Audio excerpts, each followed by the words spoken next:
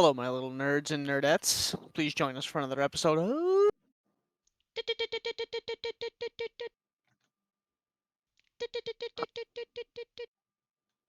Dungeon Crawlers, where we took a little bit of a hiatus due Dungeon to crawler. children activities, life, weather, and everything else in between.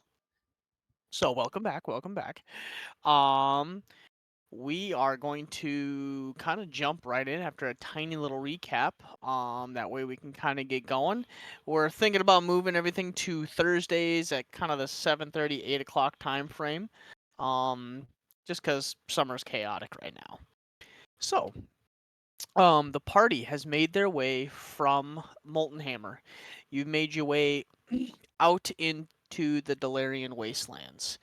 Um, due to being told that you have a chest, um, a large-ish to medium-sized chest that you have been told you are delivering to the Sleeping Oasis. Upon doing so, you will make a rendezvous and trade-off with individuals to exchange this materials. You were given specific instructions to basically vent this chest every like 2 hours ish. Um, and you had a certain amount of days to deliver this in. Upon doing so, you know, the possibility of your contract would be forgiven, and possibly go away.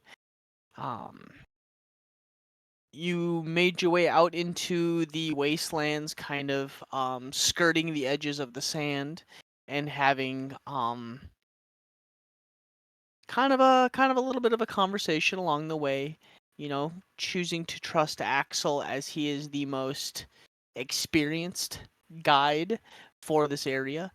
Um, you've made your way the majority of the way, without too many hiccups.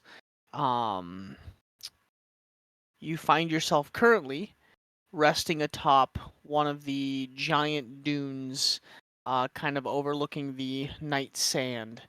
I would say last time I checked, I think you were a little over halfway. I have to get the map out here. Um,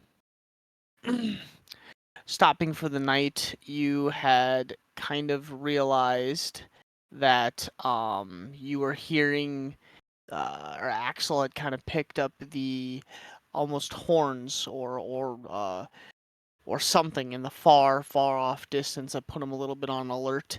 Um, and you guys kind of had a little bit of a powwow in the night. Um, so where we left off is you guys are currently camped out on top of the dune. Um, and I would say I think you guys were just getting to kind of everybody was starting to lay down, everybody was starting to relax. So we can start with if you guys, unless you guys have anything you want to do in the meantime, we can start with first watch. And I need to open up.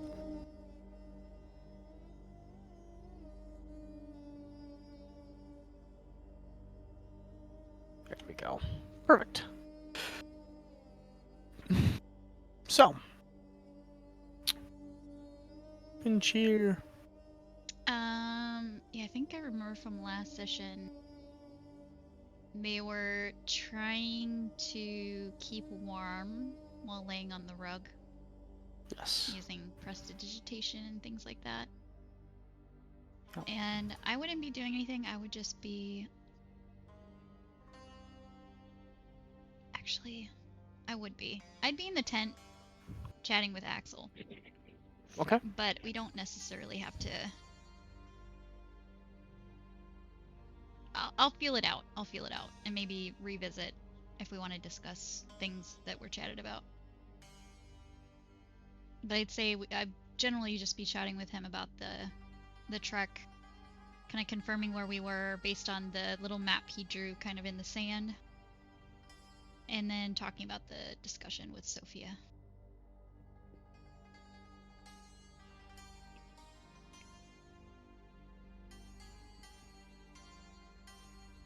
Okay.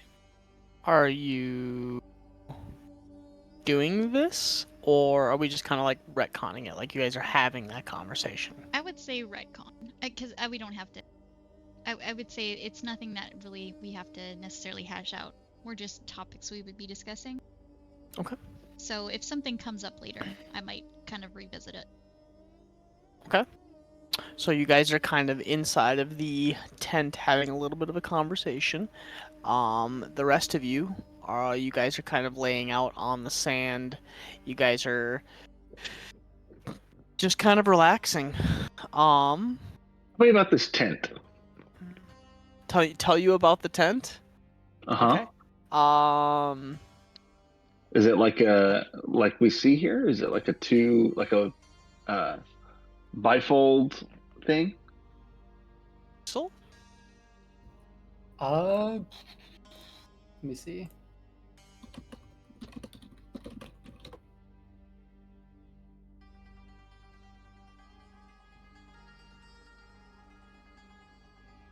I would say it's more of an abstraction of it. The specifications of the gear specifically is that it's a 2-person tent.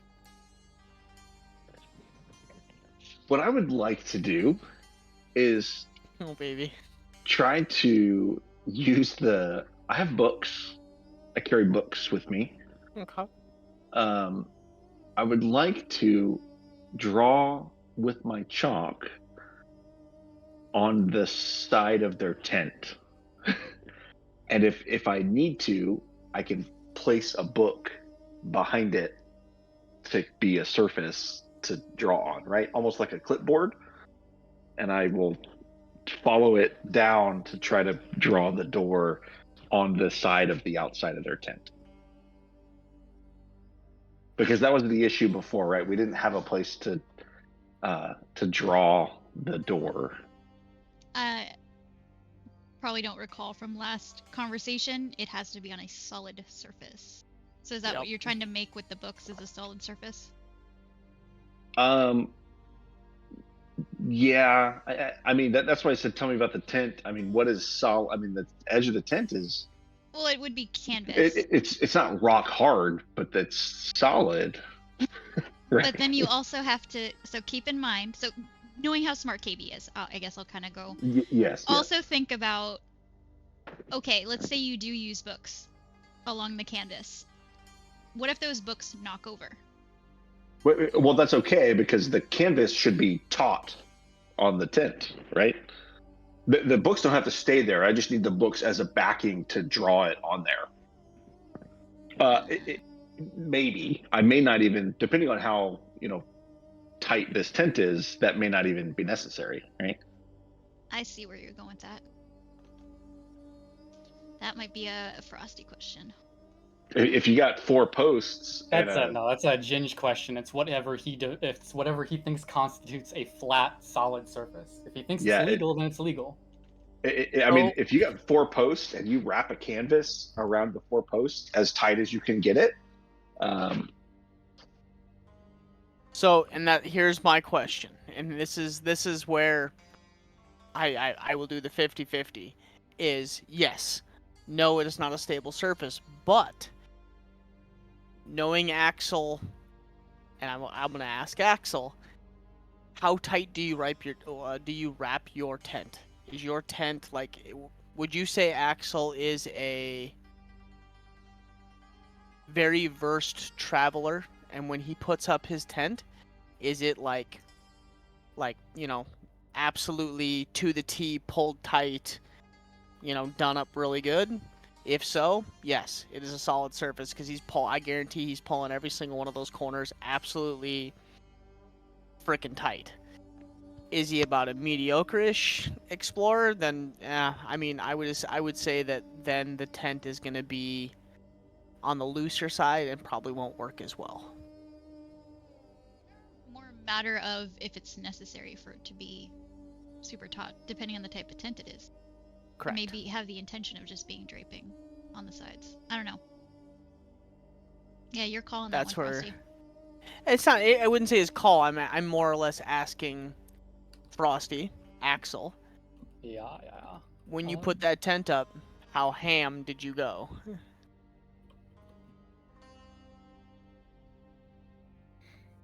I mean, I would say probably like a moderate amount. Moderate amount. Okay. So it's probably taut, but it's not like springy, maybe? I don't know.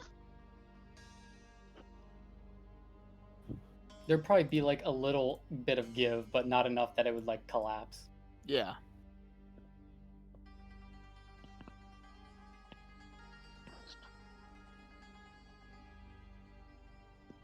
Just 'cause I like chaos, I'm gonna say it will work as long as the tent doesn't go loose. If it goes loose or becomes loose in the wind, we will say it will immediately close and kick you guys out. So that was my question, because here's my thought. If for whatever reason this tent does not qualify for this chalk to keep that door from closing on the inside, if if this door on the outside isn't stable, that closes the demiplane. Mm-hmm. And then it forcefully exits anything in it. I thought whatever's in it is trapped. I have to look at the wording of Axel's item. I'm going off of another item that I can think of. There's the chalk. Leaving no trace of issue on the manual. Open the doorway. You can close the doorway if any creature or object inside the plane remain there until you open the doorway again. That's if the chalk doorway is still there. If it's still Correct. stable. Trying to remember what the other item is that I'm thinking of. It's dang it, what's the is it Leanne? Yeah, the hut. Leoman's tiny hut. There you go. That's what I'm thinking I of. love tiny hut.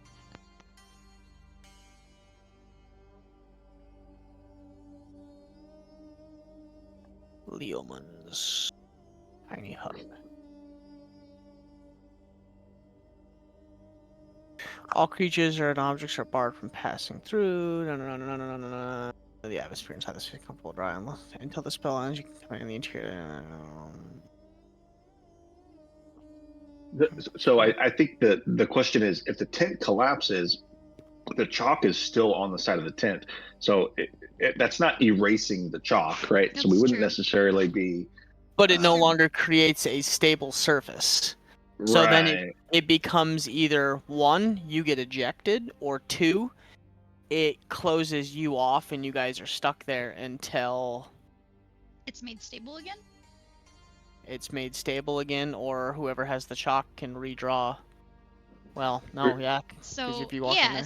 so then you could say, okay, yeah, let's say it works. You're inside. It at some point, if it becomes an unstable situation, that door would disappear on the inside until it's rectified on the outside.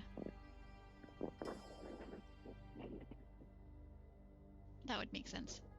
Because you're right, it wouldn't be erasing it. It just wouldn't be You just wouldn't be able to go activatable. through it. Yeah. But the chalk holder would be inside, so they would be able to. Okay.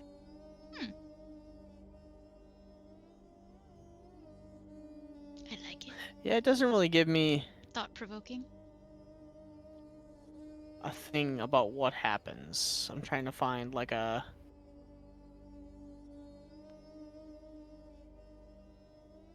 So, I'm gonna go with that if you are oh, we lost somebody. If you are within the it was Axel. Axel died. But it went offline the same time it kicked him, so maybe his internet cut out or his computer shut off. There he is. He's coming back. That sucks. I'm gonna say that if you enter, and it no longer becomes a stable surface, the door just disappears. The Here's door what is to say. less on the inside. Yes. Right. You're basically just locked in until it becomes stable. Similar to what happened when Axel closed the door on the outside. The door, he could still activate it, but we didn't have a door inside. The difference here, because the chalk holder is inside, you would never be locked from getting out. It would just, you just wouldn't be able to go through, you wouldn't be able to activate the door. Yep. Until the outside is rectified, if that were to happen.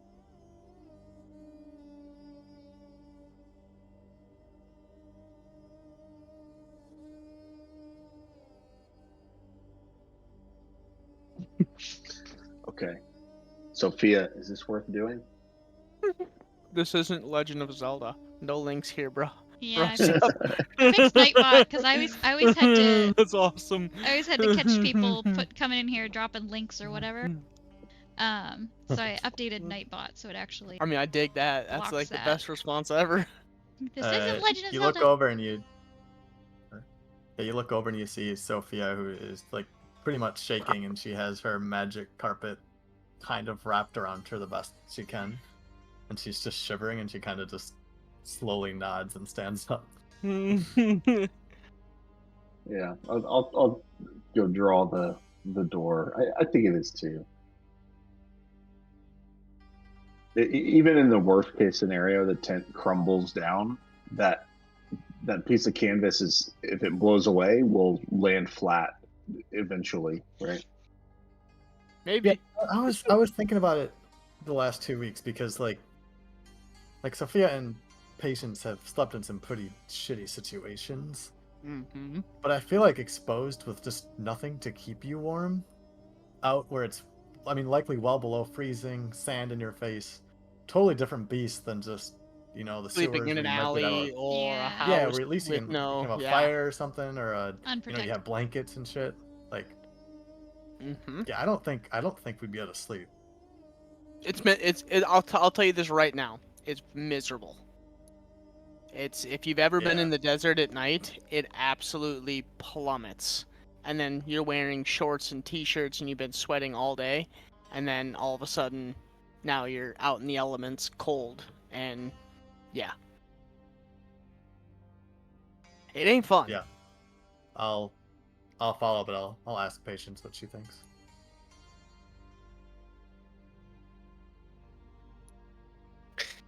Better than being out here, that's for damn sure.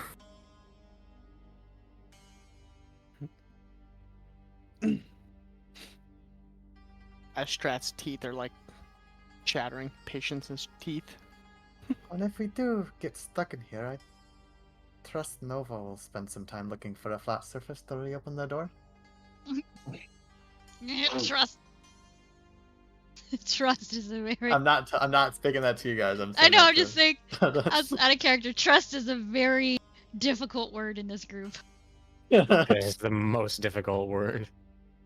I thought we had I had said a. it. I said it. I thought we were having an epiphany moment with this group, and You know what? um, You know how every other group, D&D group's main enemy is doors? Ours is trust. for now. My other group, it's decisions, but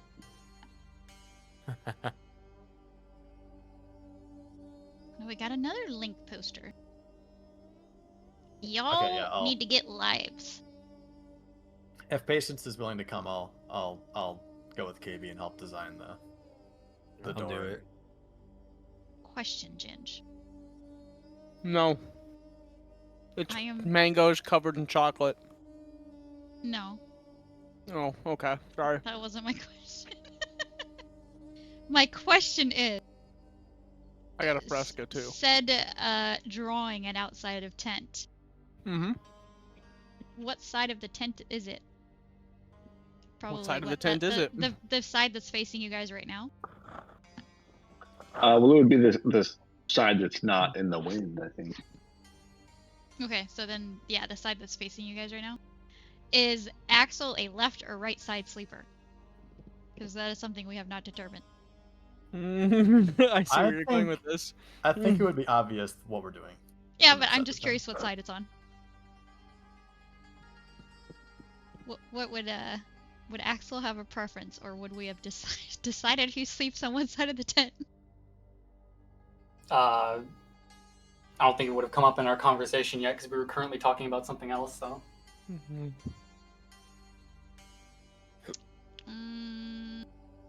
Well, I'm just gonna go with I usually sleep on the left side personally, so I'm gonna say I'm sleeping on the left side of the tent. She laid claim, per every female normality. Yeah. Mhm. I mean, am I I'm wrong? I'm not wrong. whatever. It has nothing to do with that. Uh-huh. Okay, so Mm. we both would probably notice drawing and Oh, movement and sounds on the canvas right outside the tent. 100%. I would say after a little while, you guys are kind of. I'm assuming you guys have gone into the tent, Axel and Nova. Yeah. Okay. You guys are laying down, kind of getting comfortable, doing your thing. And you just hear. And you look up and you see three shadows up against the side of the tent, and you just watch as like a tiny little hand just starts up around the tent, and you see the form of like this like circle, almost half moon, begin to like appear. And after like 2 or 3 seconds, you get the gist of what they're doing or trying to do. And I'm gonna look at Axel and mind link.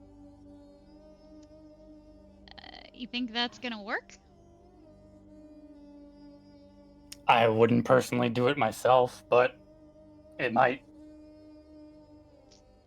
It's very risky.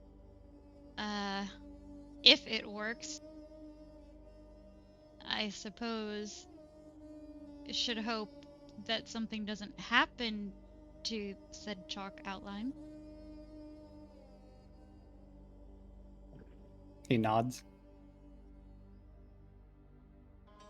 There's gonna be a very faint smirk on my face, and I'm just gonna lay my head down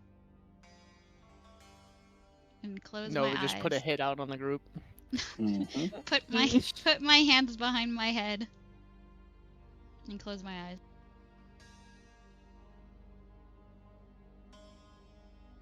After about 30 seconds to a minute, you have drawn the outline of the door.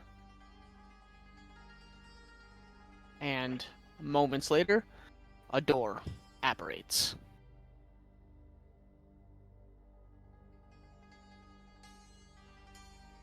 If Sophia and Patience are going to go in, I will go in as well. Fuck it, it's better than being out here.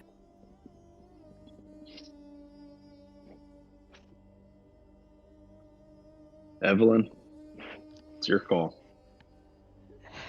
As a character, do I know that we have the chance of getting stuck in there?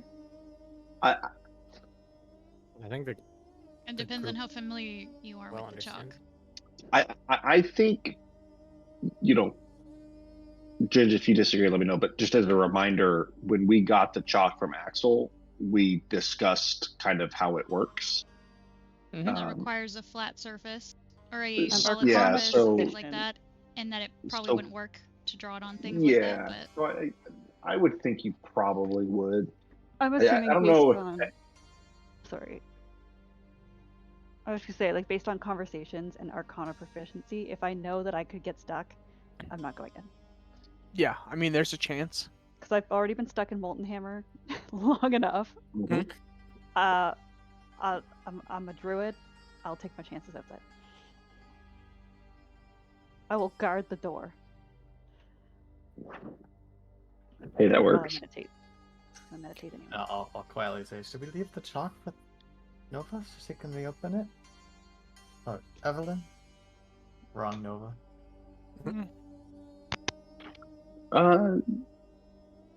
That's a good idea. Evelyn, you want to Hmm. hold the chalk, and if we're not out by morning, just peek your head in and tell us to get our asses going. Question: does it matter Yeah. who drew it? Because, like, if Sophia drew it, but it closes, or it won't close, we just have to fix the tent. the I do holder not of the believe chalk? it was specified in that, so I will It is just not. It's not an item that requires attunement, so it doesn't matter who uses it. yeah. It just whoever's holding the chalk. Correct. Basically. I wasn't sure because like it's a different room when Axel did it versus when Sophia did it. It Yeah. links to the mind, so technically if Sophia drew the door, or Axel or whoever, it's going to be whatever they imagine that room to be, and when they hand that chalk to you in your mind, it becomes whatever room you want it to be. So KB, he could imagine it being a tiny little hut with a bunch of books and like library whatever stuff, or piles of dirt. And they all go in there, and the moment they step through that door, once they hand you that chalk, it could become basically a grove or a meadow or whatever in your mind you want it to be. So what you're saying is if we're sleeping in, it gets a little too late, Evelyn could just make it super bright inside the room. Wake us all up. Correct. So yes, I can let them out if for some reason something happens to it. Then yes, I will guard the chalk.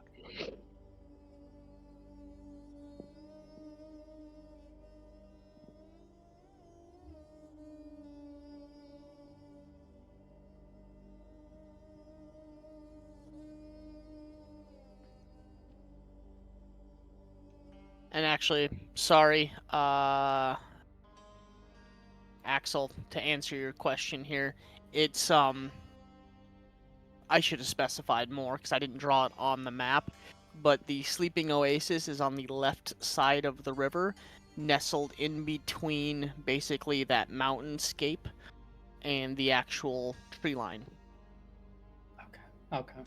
Yeah, that's the sleeping oasis. That's kind of like danger zone because the wind blows the spores through that little valley there.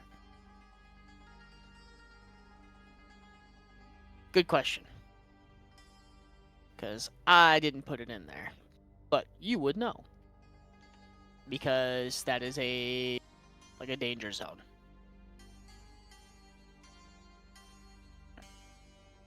So, but yes, Evelyn could, in essence, at 6 o'clock in the morning, turn all the lights on and put a giant freaking sun right in the center of the room if she wanted to, if that's what she thinks of. Sick. Or she could make the whole thing smell like skunks, or whatever she wants it to be.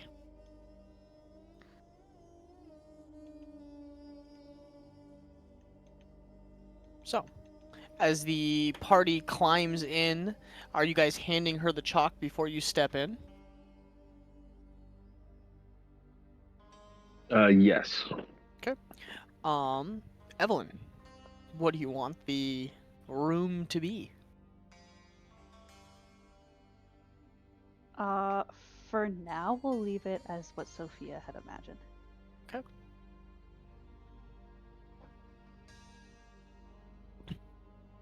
So as you guys step into the room, Sophia, however you had imagined the room is what you will be walking into. As I don't think Sophia would be that imaginative. Honestly, it'd probably be really dark and like stone walled. Keep in mind it's going to Not- be whatever you describe to Evelyn because she doesn't know what you're thinking about. I thought we So went it's- in earlier and it was like a library. Wasn't it? That was KB's. that was Oh, it was KB. KB's. Never This mind. is the Yeah. first time I've designed it, and this isn't what I would normally do, but since I'm so tired and just want to get in there, I would just make it a generic stone room. We can set up more bedrolls. Probably wouldn't be that different than the house that Patience and I grew up in.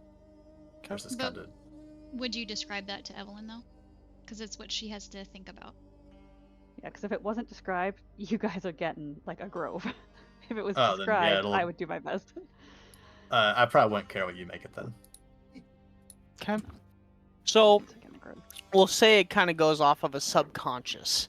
You know, you stepping into it thinking you're going to get kind of this stone city sleeping, you all of a sudden walk through to this you walk through and where the walls are, it is nowhere's Diablo. you walk through, and where the walls are supposed to be, it looks like rows and rows of trees in a circle. And in the very center, it is just this like thick, dark green grass. And as you look up, it is the night sky with just bright stars everywhere. Ooh.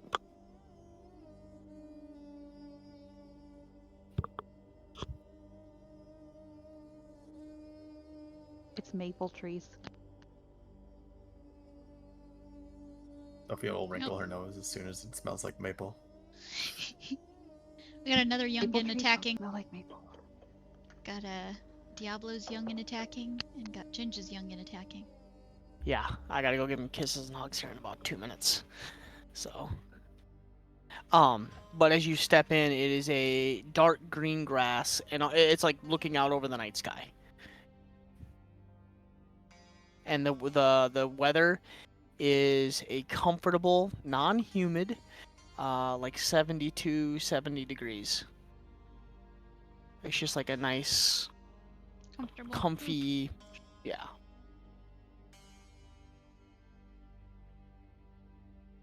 The three of you guys kind of step in, and Patience, actually kind of cool for you because you don't wear shoes.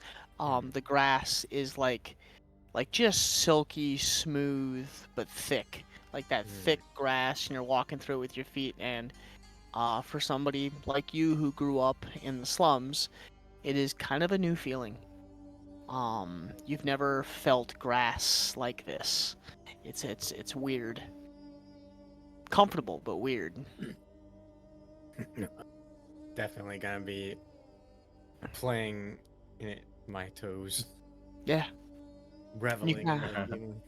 You kind of get down and you like rub your hands through it, and it's just like thick green grass, and like you kind of lay down on it for a second, and without even putting down like your bedroll, it's just this just fluffy green grass that you just kind of like relax into. Incredibly comfortable, and as you kind of open your eyes and look straight up, you see what I described as like just millions of stars, and this just pitch black night sky with just stars and basically space above you. Damn. Feels so real. Crazy to think that it's all just, well, a weird little pocket space or something.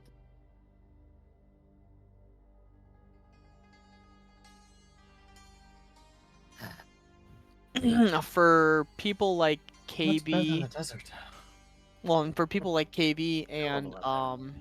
Sophia, you would know that when Patience does say this, it seems so real. You would know that these spaces are created from a person's memories. It's what this person wants it to be. So most likely, this is something that Evelyn either grew up seeing or was accustomed to seeing regularly.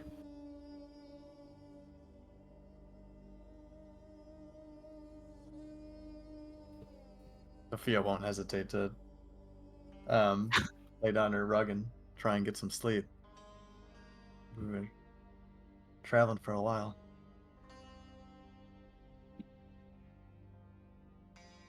So,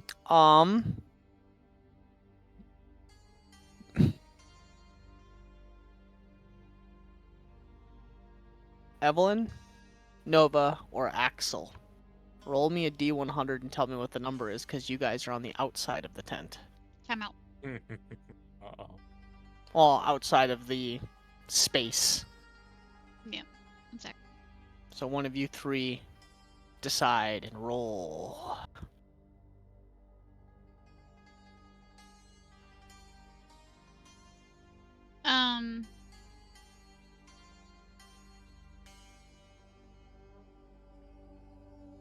Okay. Yeah, like real quick. We have to keep watch. Okay. I would You guys figure that out for a second. I gotta go give my babies a kiss. okay. So we have to keep watch. So how would Axel feel about the watch? Maybe we break it up. Assuming that they're all going into the space. Because we maybe don't know that Evelyn's not in there yet.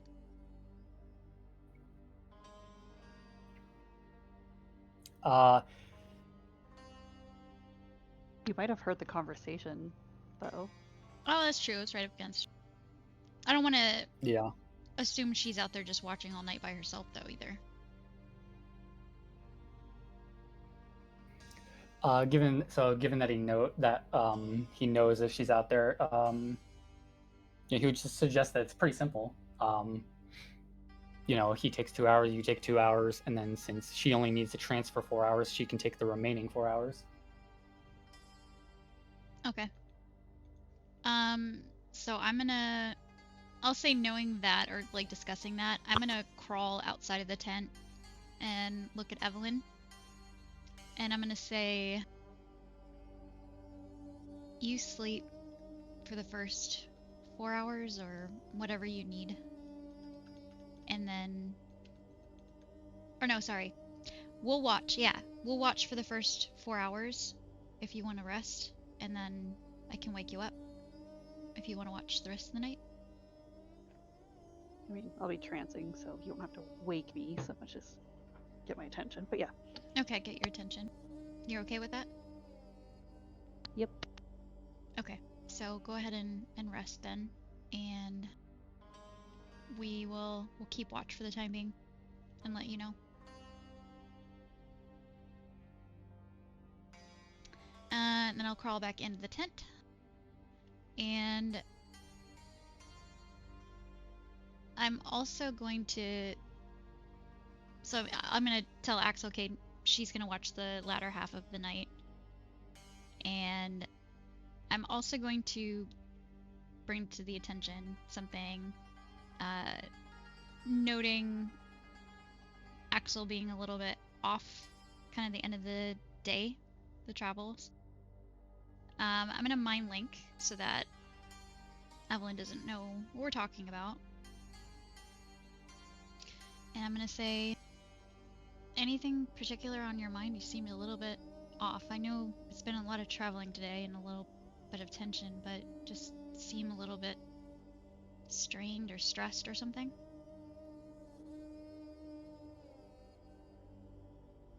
He takes a few seconds to respond. And when he does, he just says, Nova, can I make a request? Always. I'd like to be a bit selfish, if that's okay. You're never selfish? That's not too much to ask. No, but it's kind of. Let me explain. And he starts drawing again a miniaturized version of the map that you saw before. I think you sent it to me. 1 second. Yeah, you did.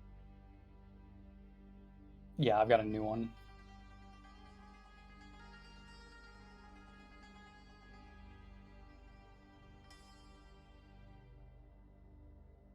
Upload, please.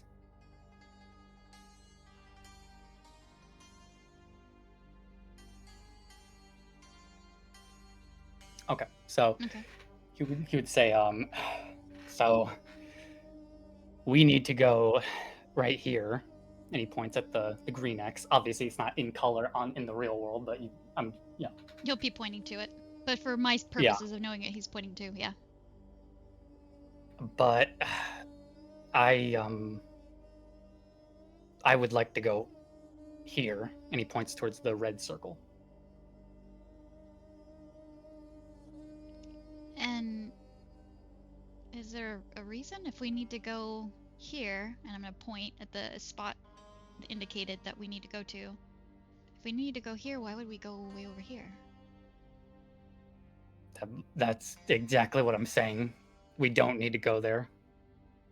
But you want to? If I could be selfish, I would like to.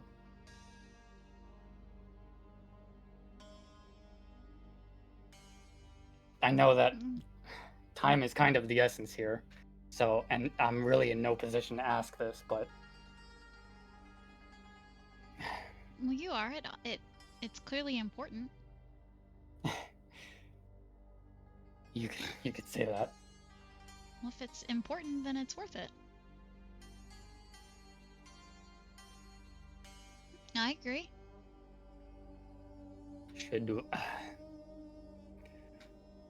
Should we mention this to everyone else, or should we just keep it between us until we actually get there? I'm gonna physically roll my eyes, kind of tilt my head, like in a, I don't even know a good word to describe it. Kind of in that like a knowing look. It's really hard to say. I would say it'd be better not to say anything and not have them question why. Unless you're interested in explaining to them why you want to go there. No, I'm not. Then I would say it's probably better not to tell them, because you know it's going to be wrought with questions and probably a lot of interrogating and snide comments and sarcasm and everything else we love about being conflicted with this group. So maybe we just go that way with the intention of going where we're supposed to, and have it just be that that is the way that we have to go.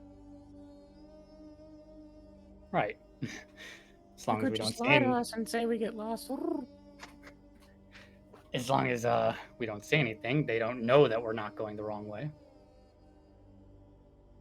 Exactly. They're following, they don't know the desert. So for all they know, this is part of the pathing that we have to take. And I guess if it comes down to it, this was the route we needed to take. Exactly. And then we can avoid questioning. Okay. Do you want to tell me why you want to go there? Or would you rather me just find out? Yep. You'll understand when we get there. Okay. Well, I trust you, so I'm okay with finding out. Crosis. I'm gonna smile, and then I'm gonna say out loud, alright, you want me to take the first watch while you get some rest? Sure. Go ahead. I'm gonna go to the edge of the tent and kind of peek out and use my bedroll as to kind of drape around my shoulders and sit watch.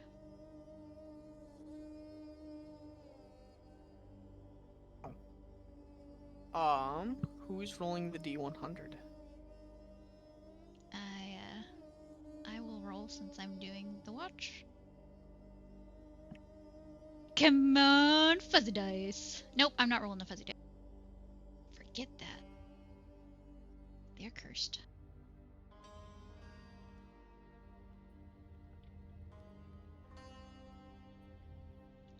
Okay, why is everything broken?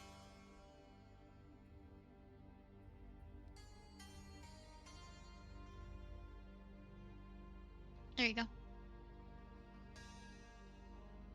Mm-hmm. 3. Okay.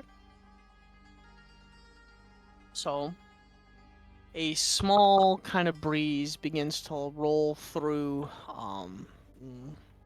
but nothing too crazy, as you watch as kind of patchy clouds begin to kind of move slowly across the night sky, and you guys, every once in a while, like the clouds will kind of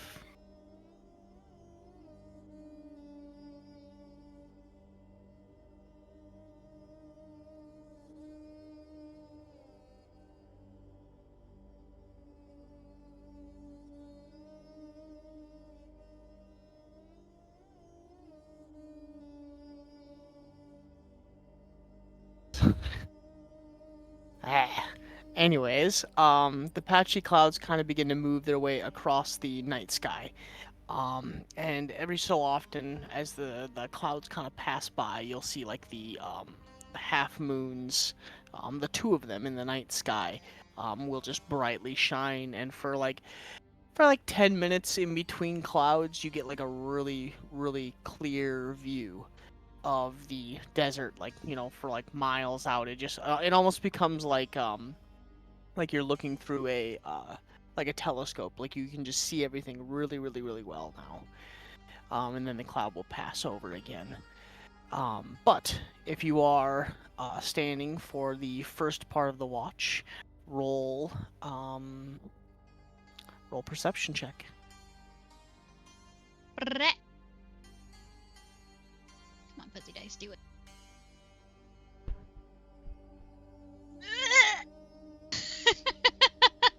No! I should have trusted them! I rolled a 4, so that's 6. Roll a 4. Okay. So you sit out in the night, and sitting on the outskirts of the tent, going from the nice, warm interior, warmish interior, to all of a sudden, like every so often you get kind of that blow of the wind, and you're like, oh, and you just kind of, dry. you just get distracted. You're trying to pay attention, you're trying to keep an eye out for what's going on around you, but every so often that breeze blows through, and you kind of wrap your bedroll like up over the top of your head, and you pull it close, and you kind of like every once in a while you kind of like, okay, yeah, we're fine.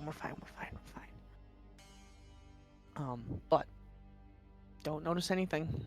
And the first part of the watch goes by without incident. That I know of. That you know of. No incident. Who's taking the second watch? After my watch comes to a close, I will crawl back in the tent, lay down, and kind of shake Axel's shoulder to wake him up. He will wake up. It's your turn. Alright. Get a good night's sleep. Yeah, good luck with your watch.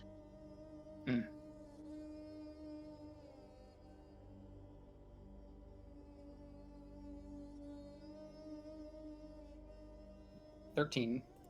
Is anybody venting the chest? 13? Okay. I wasn't gonna say it. I figured I would be nice since it's been a hot minute. I actually completely forgot we even had a chest, to be fair. Exactly. But so I'm gonna ask this before the end of my watch, because that's 2 hours. Yeah. We all are aware that this thing needs to be vented. Mm-hmm. Yes. So we've been venting it while walking. Okay. Correct. So Yeah, I Sophia's would say, been in charge of it. She'd probably leave Evelyn to do it since Evelyn's outside. well, Evelyn's trancing right now, though. So I would say, knowing the importance of venting the chest, that I would have done it. And I'm sorry that I didn't remember that we even had a chest. You're Yeah, fine. it's way less likely that our characters would have forgotten than The importance of would that. have forgotten. Yes. Most Yeah. It's important thing sitting- that's going on right now. We're in That's the why middle of Yeah. we're in the I middle was of the trying to be desert, nice. and all there is by me is a tent and a huge fucking coffin chest. I would be Yeah. paying attention to it or notice it. It's not So a I'd say coffin. I would do the vent. I think it was the 30-second vent. Close it, and then I would go in, wake Axel, and then probably, as I say, good luck with your watch, I'll say don't forget to vent the chest at the end of your watch. Right. So, you walk out onto the tent, or out of the tent, Nova, and you kind of like sleepily, tired, cold, grab the handle and you slide the crank back until you hear and you kind of watch as like, the vent opens and you kind of hear like a sucking noise of air, and you stand there as you begin to count. Do you look, or do you just vent? I would just vent. Okay. You stand there for the 30 seconds and shut it back. and you walk towards the tent, climb in, shake Axel. Axel, you are kind of woken and you're a little sleepy. You come to quickly, grab what gear you want, slide towards the edge of the tent, get into kind of a comfortable sitting position, and you begin your watch. With a 13, nothing crazy, other than kind of the normal midnight type animal movements of the desert that you are aware of, both danger and non-danger, as you kind of look out over the dunes and down into the kind of the desert. You do see things that are normal. You do see things that are kind of weird, but like nothing that really makes you on edge. But as the time passes, nothing crazy or extravagant happens. Uh, you walk towards the chest, grab the vent, pull it back, and you hear the sucking noise of air. Do you look, or do you just vent? No looking. Okay, sounds good. Remember, no looking. After 30 seconds, you immediately push the vent back up and close the vent. I will rouse Evelyn. I'm up. Okay. You know what to do. Vent the chest. Keep an eye. Okay.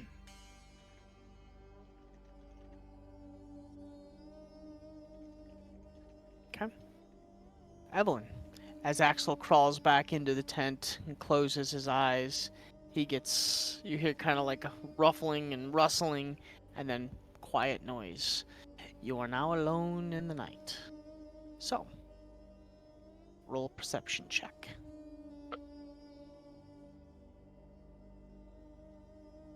Wow. I have a +6, but 11. 11, okay. As you sit comfortably in the sands, or not comfortably, but as you sit in the sands, keeping yourself warm, you begin to look around, excuse me, in all directions, keeping your eyes open, trying to watch out for anything that may or may not be coming. You do see some nighttime wildlife skirting across the desert floors. You see birds kind of flying, or like a large birds in the far distance kind of flying through the sky, like the shadows. And every so often you watch as kind of the clouds float through the sky.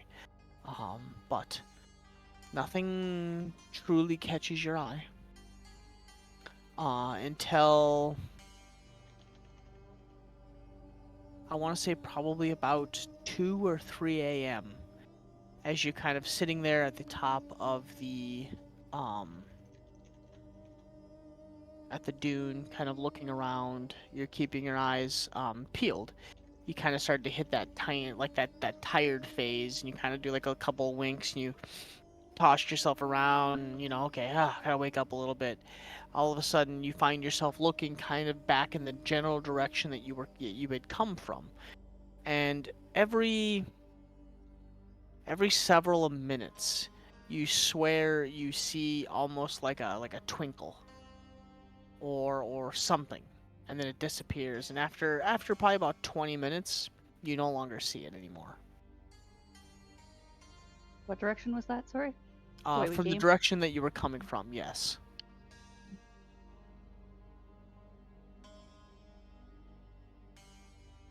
Shiny.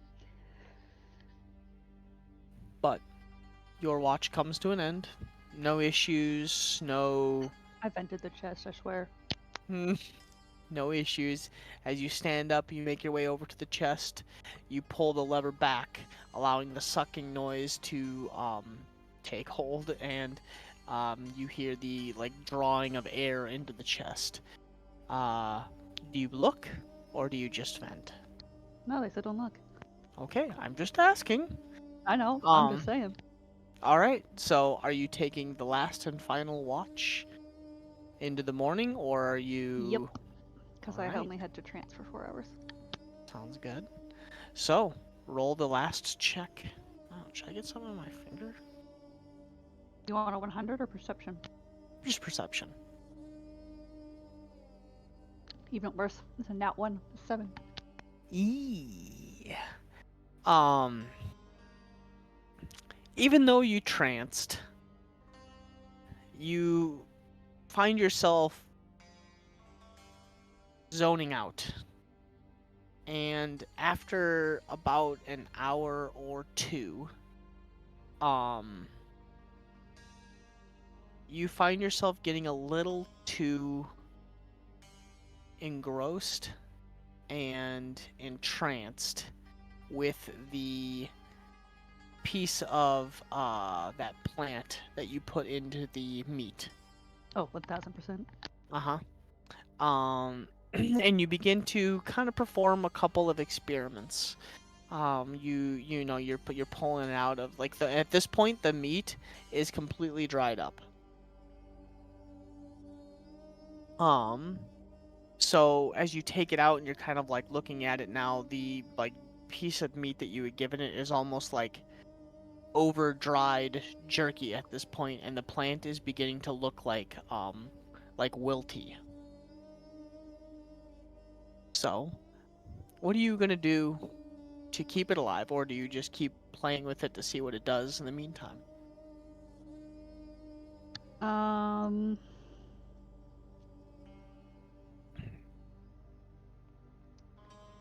I give it some of my ration?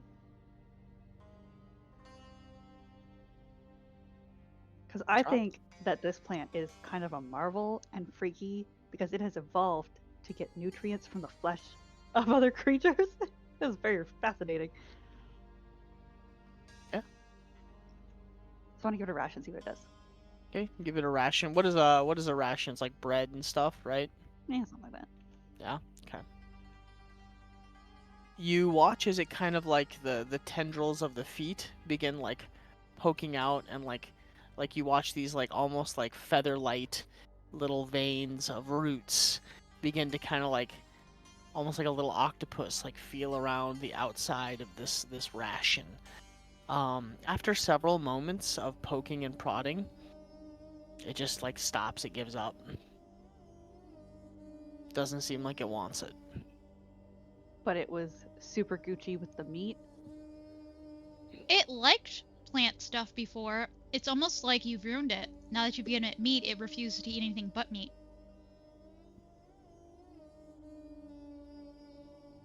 Because I remember it being in non-meat before. It was like in a piece of bread or something. And now it's like Give a child a cookie and a and they won't bean. want carrots. Yeah, see? We've given it meat and now it's like I can only eat meat.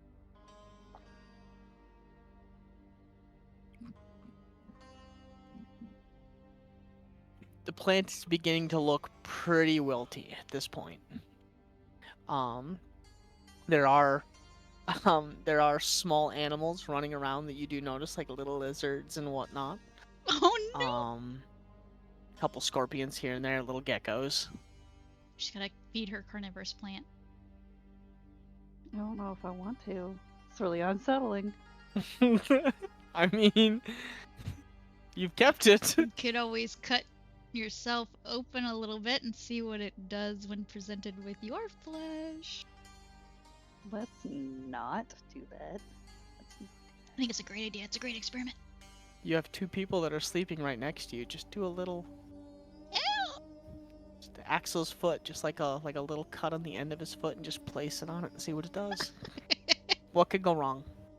Oh no. No, I'm just gonna make some notes, trying to figure out, like, is this a defense mechanism? Is it like an imbalance of the ecosystem?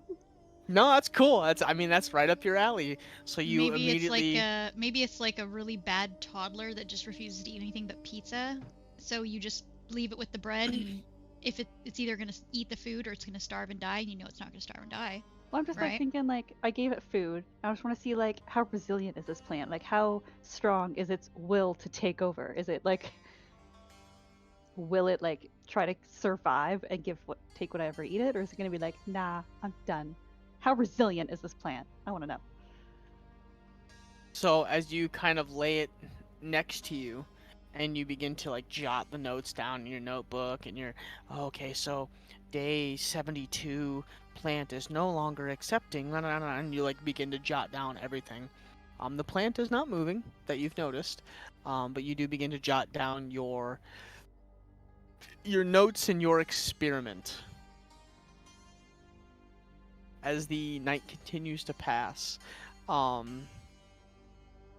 into the morning, you are poking and prodding this little plant thing, and continuing to jot down notes. As the sun begins to come up, you're like the first one to notice as you're like sitting there cross-legged jotting down the notes for the plant. All of a sudden the kind of light from the sun begins to kind of hit the top of your notebook, and you can already start to feel like the temperature begin to rise for the day. And we will say, since you were the last one, if you want to roll a D100 for the weather for the day. Do I have a D100 right in front of me? I do. 50. 50. Okay. You, as the sun kind of begins to come up and you feel the sun, like you feel the warmth begin to, kind of start to pick up for the day, you do hear in the distance the thunder and the rumble of a oncoming storm. Oh, fucking hell. Oh no! Oh no! No! The like Frosty, 2 no! days out of the year that it rains in the desert. Frosty, no! I didn't roll. So I'm not joking. I'll give you the sheet that I'm looking at. No! But you're like, oh, sounds like rain, and you get like a little giddy because you liked rain. I mean, growing up in the meadow in the forest, I mean that was always a good thing. Axel, you hear the rumble, Oh. and immediate. It's like, what? And it's but the day is beginning. The weather that started to warm up kind of cools down just a tish. But you do see in the distance coming across the desert, you do see kind of like a patch of clouds. Like it doesn't look like severe. It looks like more like maybe like a burst or a couple showers. You do see some like intermittent clouds, but you do see some dark ones in between. I could water my plant. Maybe. So, the Hard day to is get plants. yours. Don't live I off wanna water and sunshine, they live off of meat and blood. Right? I want to make it really bright for the people in the meadow. Okay. Is that it? Just Noon. bright? It's gonna be noon, high sun straight down over their head. Okay. So, as you three are sleeping, Dark. and it is just so incredibly relaxing and nice, all of a sudden, like midday, fucking bright sun, 90-degree weather, and you're just like, oh, what the fuck? Nighttime. Yeah, no, I would just Daytime. be like, motherfucker. Daytime. Oh yeah, Nighttime. it's like instant. And for those of you that weren't lying I'm on never like, giving her the chalk again. yeah, for those of you not laying on your side or your stomachs and you're laying like on your back looking up, it is like immediate, like almost like, you know when you have your eyes closed and you still look at the sun, like in the blotting and the blotching, and like, yeah, you're just like instantly blind. I pulled a magic grandfather- carpet over my head. My grandfather used to wake us up by turning the lights on. So. Eh, Blink. this is 10 times worse than that. I pulled the carpet over my head. Well, I guess that means it's time to get out. At least Either the it's door's morning still or there. either it's morning or they've killed each other by now.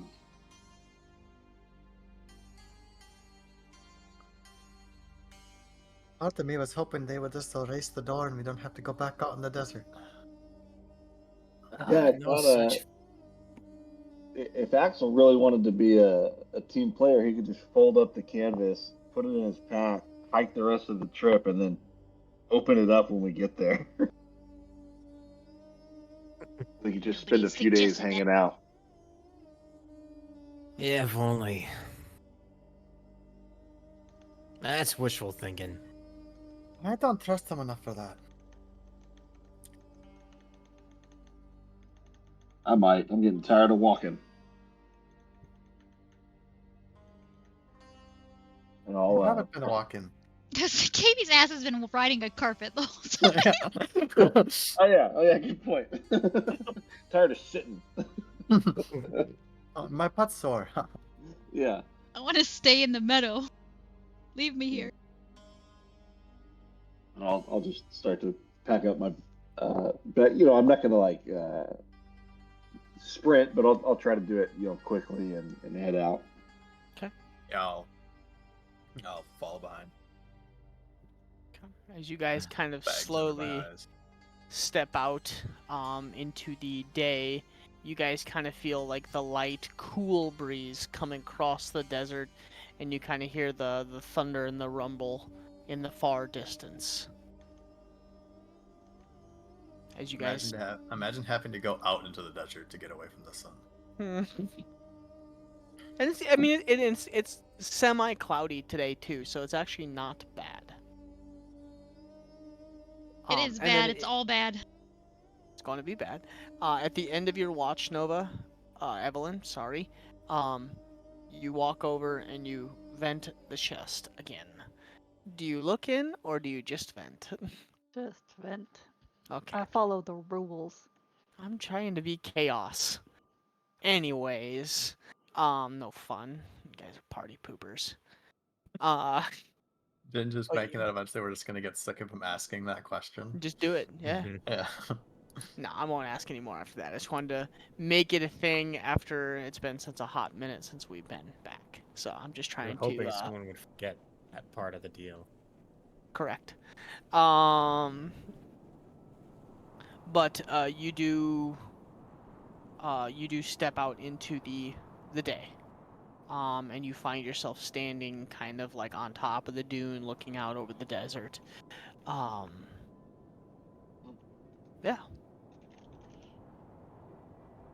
The day is yours.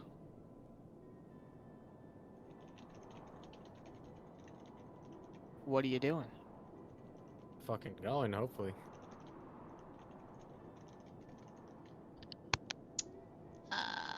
Keep on keeping on. I'd probably be awoken by the sound of thunder. Thunder. So I'll Yep. kind of slowly sit up and stretch and be kind of confused. And I'm gonna kind of crawl so that I can look right outside the tent. And do I see storm clouds? Imagine, yeah. Yes.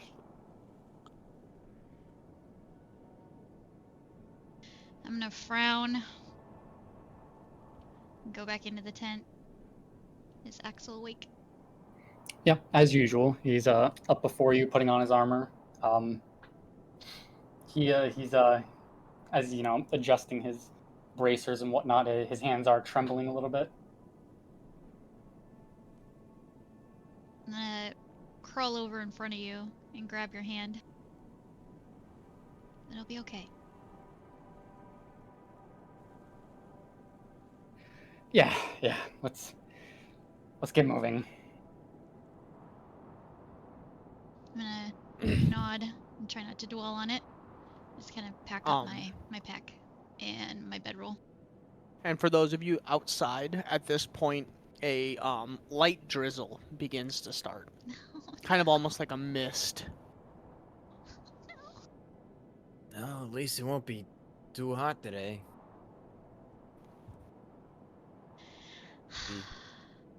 I don't know. Maybe I shouldn't say anything.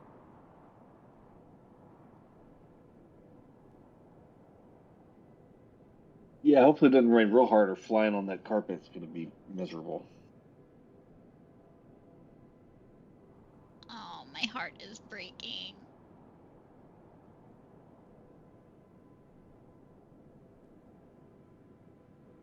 After You could I always pack walk up... underneath the carpet. that's a That's good an idea. idea. Have it fly above you. Wait a second. Yeah. That's fucking big brain.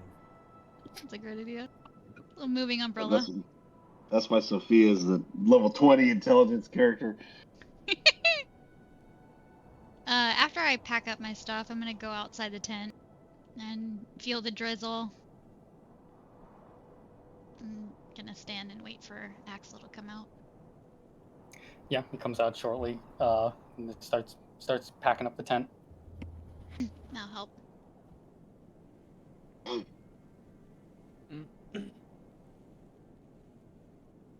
And once that's done, we'll just get going. And it's intermittent. So as you step out and you begin to pack up the tent, and you know those of you that are standing out using the rug as kind of a shade or a buffer, it's just kind of like a light mist rain. It'll go for 20-ish minutes and then it stops for a little while, and then it'll start up again when another black cloud kind of comes by. And after a little while, you do manage to get everything packed up, and you guys do move and begin to start heading off in that direction. At this point, you guys,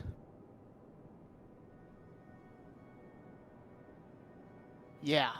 So on that little map that you were kind of telling, or that you showed me, Frosty, you guys are about at the point where you guys start to see kind of that caravan like pathway. You do notice as you guys come down off the dune and you guys begin to start walking. About, you know, I'm not going to make you do a survival check yet. But as you take off about 500 feet, about 1,000 feet roughly, all of a sudden you come across a wide stretch of land that seems to be, it looks almost like a road. Not like in terms of like a caravan or like a cart where you can see the treads or the tracks, sorry.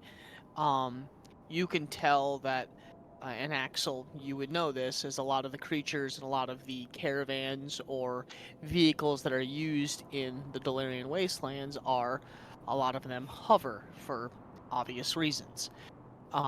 You notice that this one section of land is where pretty much all the sand has constantly kind of been blown off to the side a little bit, and it's created almost this hard packed sand that is like it's almost like a road.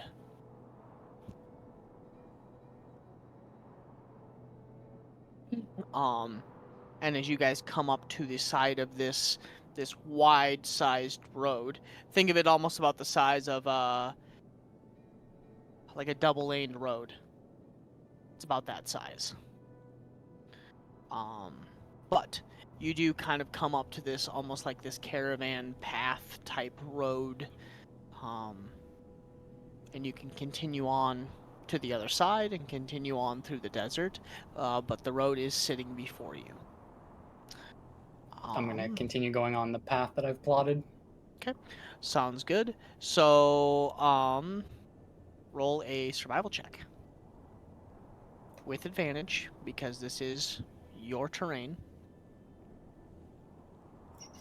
I will give him guidance too. So 21. 21. Okay.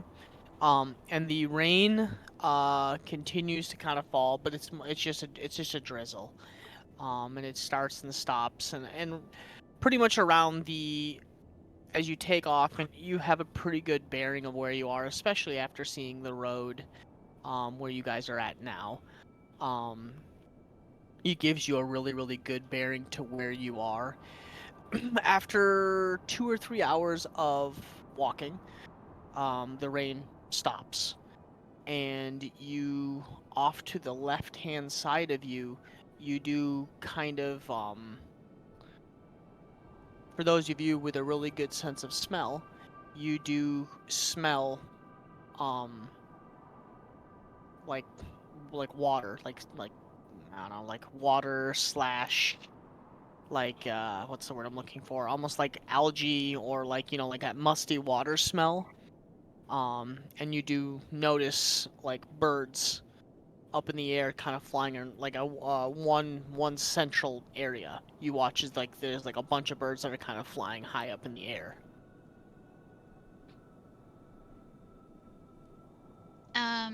For the duration of those couple hours of walking, I'd be walking right up next to Axel and keeping a close eye on him. And I would have been checking in with him, mind link, just asking how he was doing while it was raining. Actually, I don't even know why I did this. Continue, sorry. Okay. Yeah, he would be doing pretty all right, you know. That's definitely a little rattled, but overall not the worst. Okay. Yeah, I would just be trying to maintain that close proximity and offer support and just keep my eyes on him and check in with him occasionally as we're walking.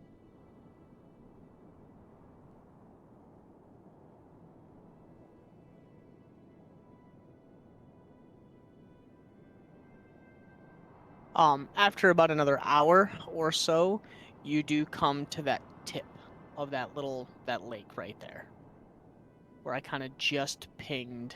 You guys come up over a large dune, and you come down and notice the large lake before you.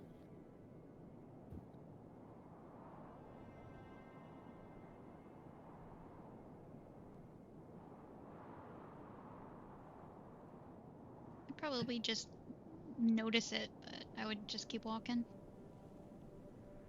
Okay.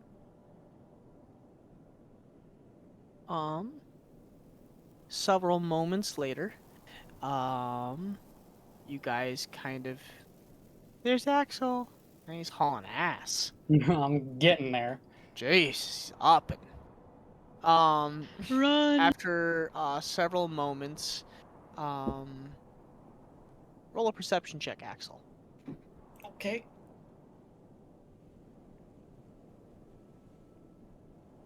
Flat 20. Flat 20. That is, yep, just about what you needed.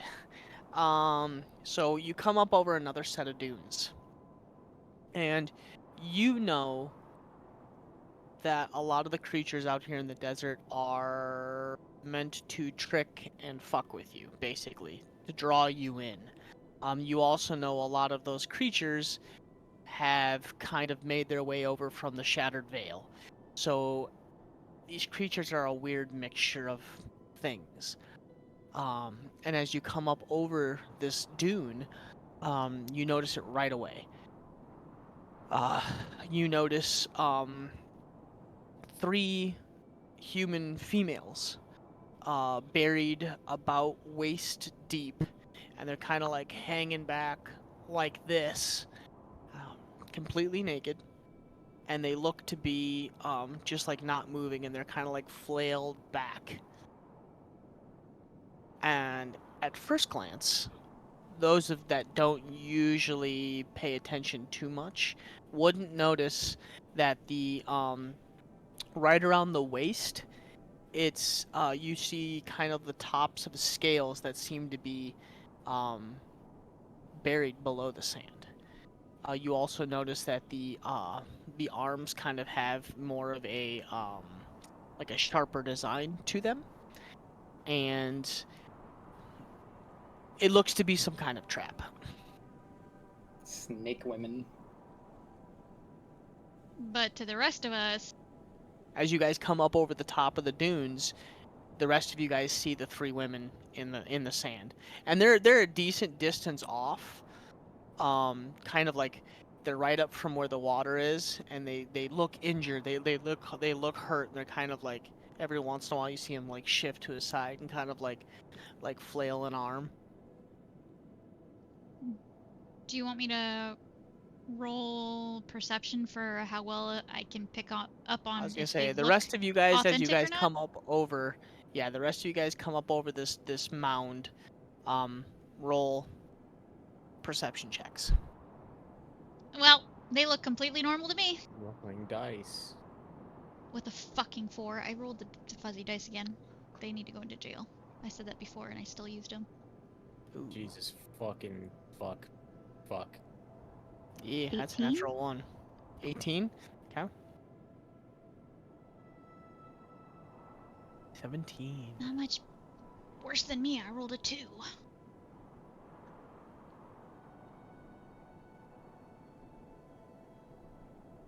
13. So the only one that notices is Axel. And Patience rolled in that one. 18 doesn't do it? No. You know what's funny? Kaz has a higher perception bonus than KB, and always for years rolled dog shit on perception. I And remember. KB's always pretty good. That was I think canon. you that was you canon for rolled Kaz. above. You rolled Oh, above a 100%. 10 on Kaz, maybe like A handful of I can times. I can literally count on one hand. Yeah. how One many hand. times. There was several In 2 times years, where it was always below 10. It was so bad. That shit was crazy. But I mean, you're also talking Even- about Kalen always kind of rolled meh too, and then at that final fight where he turned, when he was just hitting 20s. Yeah. Yeah, I mean, the game has a way of twisting it. It's awesome. I have a passive of 21, but when I have to roll, it's not always that good. But So the only one that notices that they look obviously off is Axel. The is rest of us Axel. would look at them, maybe be like, what the hell? But us that rolled really low are probably like, oh my god, people! Well, Patience, it's God, 3. There's 3 females that are gravely injured, buried in the sand. Natural one. I mean, you come up over the top of the hill and you're like, whoa, 3 girls down there, they're hurting. They look injured. They look like they're buried in the sand for some reason, and they've been stripped of their clothes. I don't know what's going on, Patience, but they look hurt.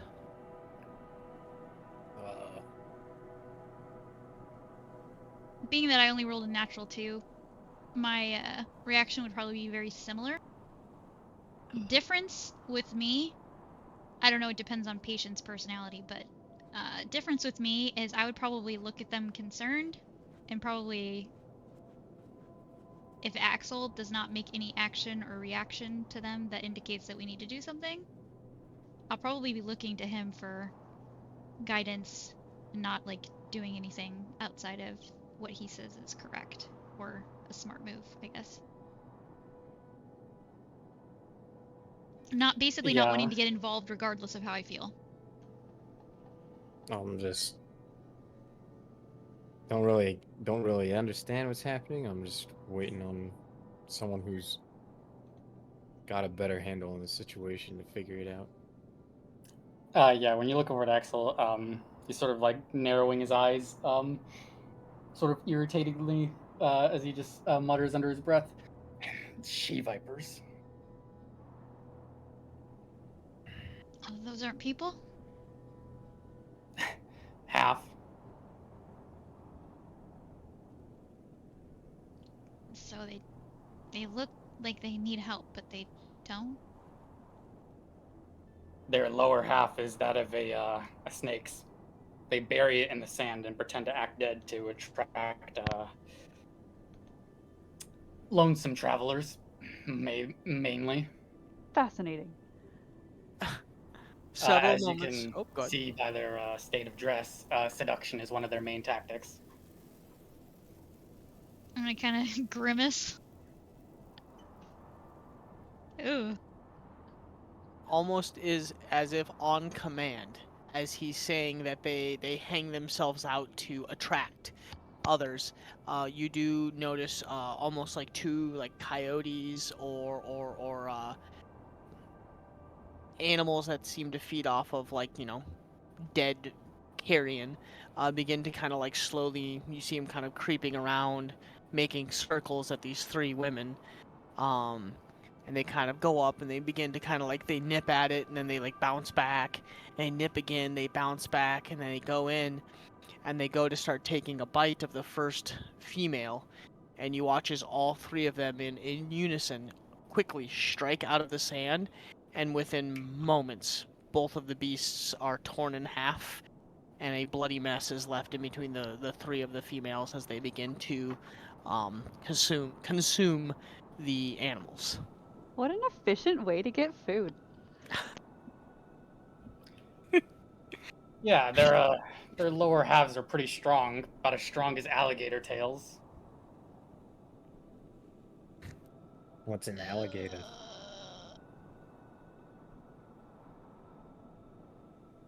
Let's just keep going. Yeah, I'm gonna be looking at it very disgusted and just keep walking. What the fuck is an alligator? Just imagine, like, all I can imagine is Evelyn, like, oh wow, that's really fat. Like, she's just jotting notes, and like, Strad is closely, like, right behind Axel, like, no, no, no, no. What is an alligator? Tell me. What the He's fuck like, is it? he's right These next to things Axel, are and Axel's just terrifying. like, What's an alligator? Axel is like rolling his eyes, like, Yeah, what shut the fuck Like, up. I'm not even going to dignify that with a response. And like, Patience is right in Axel's ear, like, no, no, no, tell me, what is this alligator? Well, what the fuck was that, and what is an alligator? Do I gotta be worried about alligators? Are there alligators there? What is an alligator? But you guys do continue on. Roll another survival check. This one, yeah, you can continue rolling as is. I mean, you pretty much have got a bearing of where you're at right now. Guidance. 15. Okay. Easily, done. You have the lake. You know exactly where you kind of are and where you need to go. You do kind of, you have to stray a little farther off course than you want to, just to make sure that you don't get close to those three that have kind of made that little, they've made almost this little inlet, kind of like a little death zone. So you kind of, yeah, you continue down and you make your way to these, all of a sudden you guys, you come up over another set of dunes and whatnot, and the only thing that pops to my head, and I'm very sorry for everybody for what I'm about to do, as you come up over the second set of dunes and you look out, all you see is kind of like this canyon with a bunch of these almost like pillars, and it's this labyrinth looking area of rock and stone, and the only thing pops to my head is the thing that it looks like is the Avatar. Rock and stone, Secret brother. tunnel, secret tunnel. No, nobody, just me. All right, I'm sorry. Fucking stone. But you never watched that part? Oh, I got that song stuck in my head. But yes, you do kind of come to that point, Axel, where you know the lake drains into kind of more of the river. There is a certain section of it where it kind of breaks like a waterfall. And as it does, on the very bottom of that section, you do know that it's a little easier to cross, and it gets about waist deep for you. Well, I would say for you it'd be just below breast. Yeah, it'd be like right about yay for you. So for shorter members of the party, it's gonna be a little higher. But this current is the weakest there. Yeah, once I reach the narrow part of the water, I'll come to a stop and sort of turn towards everyone. Well, this is the hardest part. You just have to get across the water. Although I don't think that'll be a problem for you four. Most of us. Yeah, as he gestures to the carpet.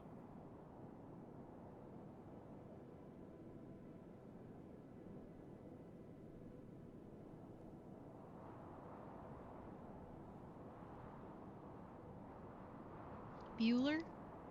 Bueller? Bueller? You kind of hear the water coming off this little tiny waterfall hitting the stones below. One cool thing you guys do notice as you guys are standing here kind of getting ready to make your way down across. In Scorch Canyon, you can kind of hear the pitches and the screams. Well, it wouldn't be screams, but it would be like the screeches of animals. And you kind of look up and you see these large winged creatures flying all over the Scorch Canyon. Ginge, how wide is the river here?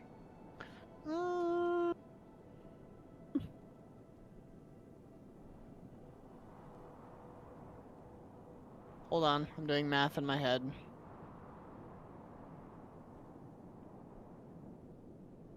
About 100 feet. Oh, never mind. You said it went up to about my breast? Yes. Okay. Damn. Just about your nipples. No long jump.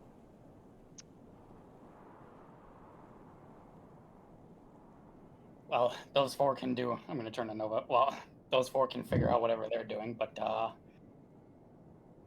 shouldn't be too hard for you to climb on my shoulders, and I can wade us across. We could water walk.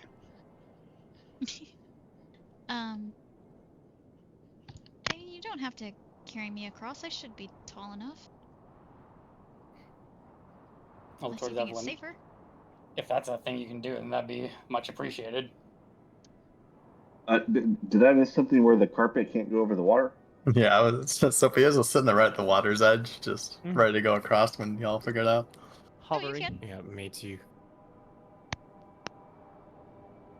I'm water walking. I was gonna say, I just don't think the carpet can carry everybody. Is the water walking just for yourself? It can be, I think, like up to 10 willing creatures. 10. Up to 10 willing creatures you can see within range. Sick. You know what? If you're gonna cast it, I don't think I've ever walked on water. I mean, yeah, fuck. Give it a shot. I am a willing creature. Yep. I could just imagine like Sophia's like, let's go. And everybody starts jumping off the carpet like, I kind of want to try this water walk and this shit. Like, The fuck. carpet's Sophia's cool, but like, damn it! I've tried it for 2 days. I've never walked on water before. No one tells Sophia that they didn't cast on her, so she hops off the carpet and just right into the water. Like a rock. I read about it in this book where this guy walked on water. His name was Brian. Yeah. He discovered it by accident one day when he was fishing. Mm-hmm. It got He wrote weird. the spell down. I got it. Yeah, It's great. yeah. Found in this book. It was called Ibble. For some reason, they tied him to some upright sticks and just left him there. Yeah, it was really He was weird. hanging from trees. Very weird. Yeah, But yeah. he cast resurrection magic on himself and came back like 7 days later. It was wild. Didn't even think like, that was wild. possible, dude. Yeah, We're And then revivify that way. Oh damn! Yeah, I read a tell- different and book. then- I thought it was 3 days. Shit. it was something like that. I don't know. He And was then, like, left his dad like- prepared to revivify. Yeah, and then like telekinesis, and he moved this giant fucking rock just to like make these guys freak the hell out. It was pretty cool. It was pretty cool. Dude, he was like a cleric. Something like that. It was and he cleric, went in arcane. there. He came out trickster. a fucking like psionic fucking. Yeah, he arcane created his beast. own class. He just was like, I am all the classes now. I am all of them. But you Wait, guys do. how would Jesus go into rage? He flips the tables at the temple. True. I would like to No, he- love. I was gonna say he spreads love and joy very angrily, very stern though. You're gonna love Yeah, me. it's a righteous Give me some anger, yeah. water. Turns it into wine. Ooh, you know what? I might make my next barbarian like that. I would like to rage, except for when I beat you senselessly. I'm gonna yell just everything I love about you. You have beautiful hair. Your skin's amazing. And I'm just gonna beat the piss out of you. It's gonna be amazing. It just Opposite sounds of like an vicious abusive mockery. Father. Yeah. Yeah. Yeah, exactly. I'm only doing this Perfect. because I love you. A vicious mockery, except you're so kind and admire them and compliment them so much they get super embarrassed and Yeah. Take damage. Concussive compliments. because of compliments. But as you find your way crossing this this river, luckily, for those of you that have water walking, you kind of notice the current's a little stronger this time of year for some reason. But you know, doesn't phase you as you guys just kind of walk across, except for Sophia, who all of a sudden you guys look back and she's being swept down the river. No, I'm just kidding. Never knew Sophia was so dense. And Down, she's down, gone. down along She is the a river. genasi. Oh, immediately. Stony flesh. She's gonna sink right to the bottom. Yeah. Yeah. Oh, true. I'm weak to water. No. Like Pokemon. Yeah. But you do find yourself crossing across the other side, and you find yourself back onto the desert. And you do see to your far right, you do see this lush green area, like a little way, like a ways out. So I will keep going. Let me know when we arrive at that blue X. So, you guys continue walking. So make a survival check, Axel. Guidance. Guidance. Guidance. You are guided.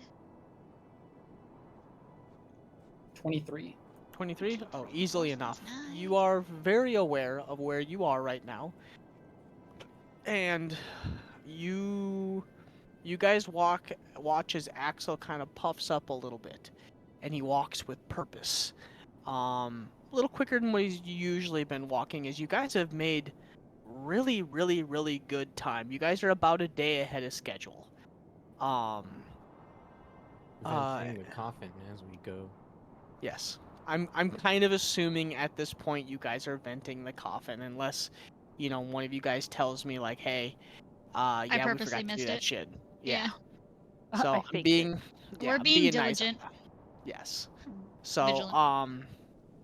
after about another 2-ish hours, you Good, guys so do. I want to time our arrival with the next venting of the chest, or like just before it.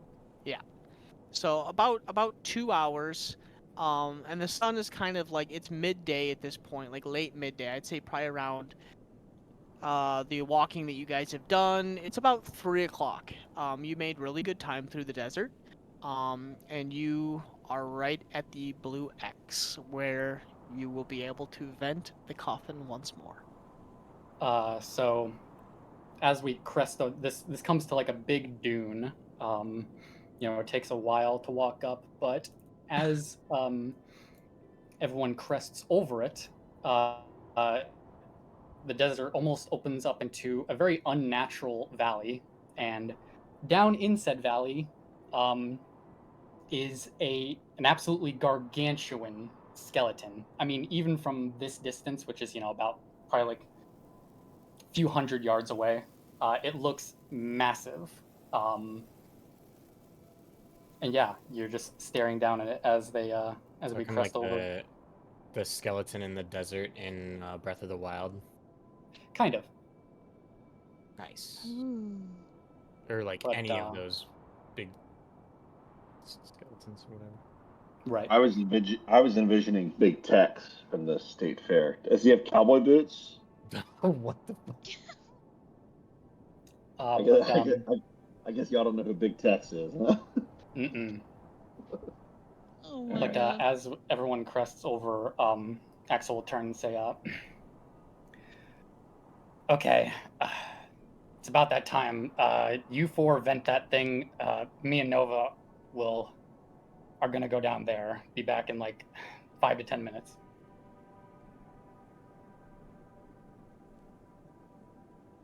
Okay. What exactly are you doing over there that requires us to stay over here? Doesn't require you to. I would just appreciate it if you did.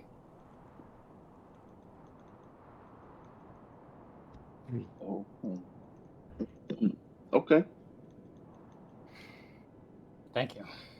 And he'll start heading Patience down. kind of bites her lip, like, just like, You're the boss.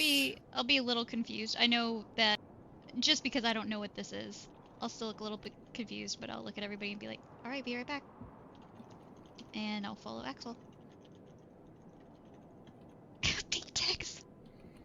I love this, by the way, Evelyn. I was trying to mix all the notes I had, like from like this whole time together.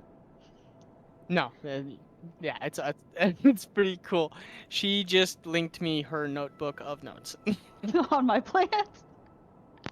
She has The scientific legitimately been observation. taking scientific observations. So yeah. But as what is this big Texas Dickies dude? Why That's Big Tex. he creeps me out. You I can don't stay like I there. don't I don't like the body to neck ratio. It creeps me out. The shoulders are pretty big, yeah. Yeah, it must be a Texas thing. Anyways, as you guys are venting the chest, you guys watch as Nova and Axel begin to walk down the opposite side of this dune, and as they kind of begin to get farther away from you, the massive size of this skeleton.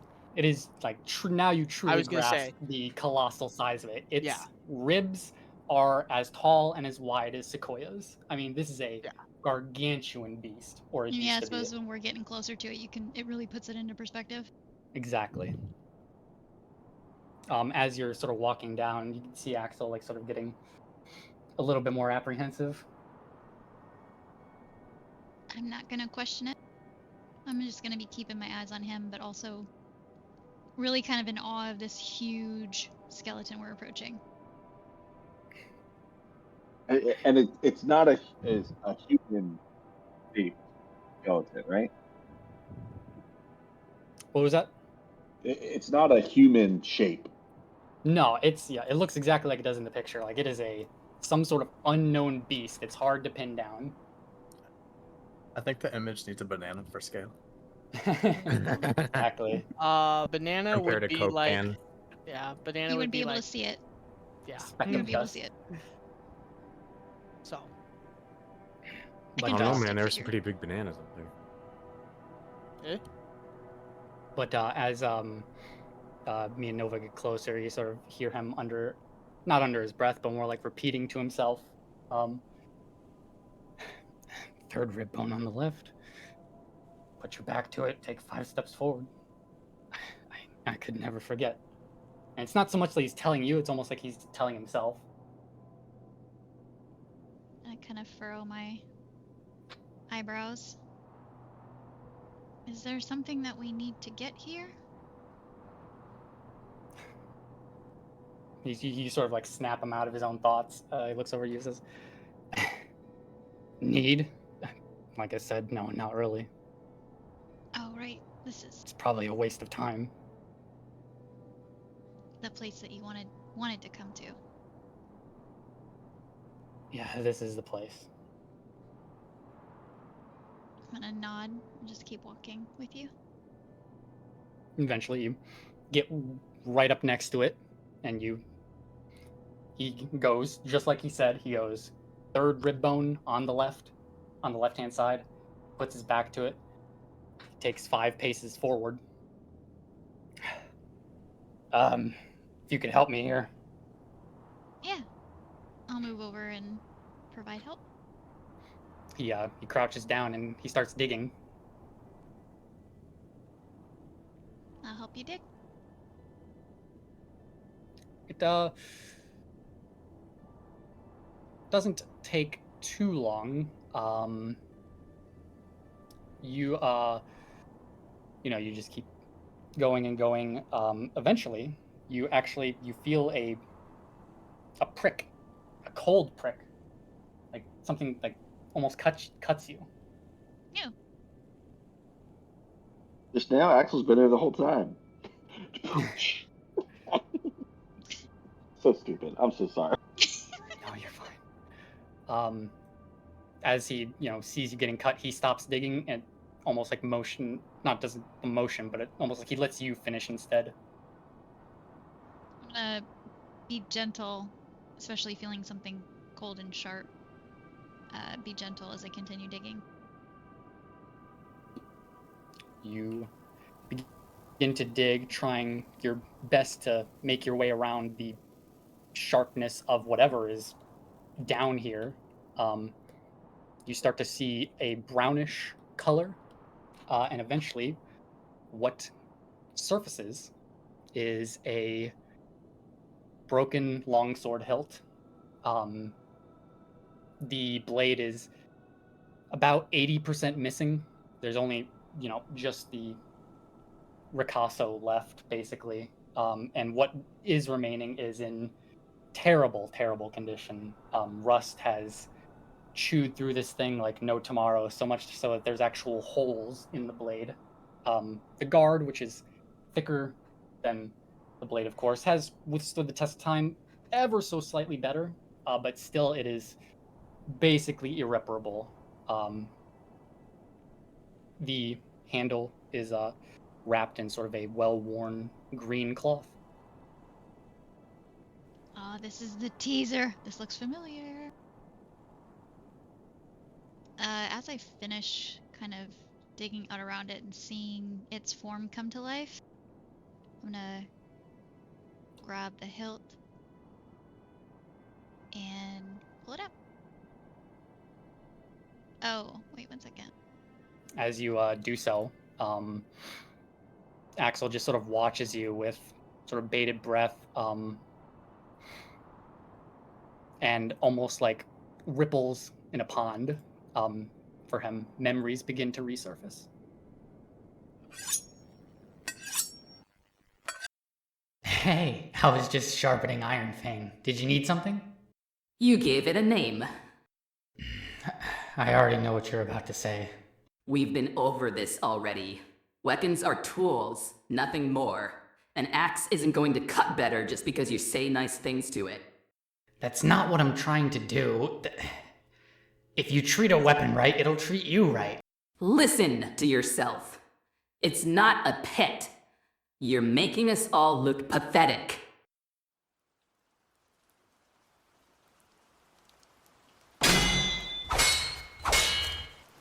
Tell me, Axel, why do you struggle so futilely?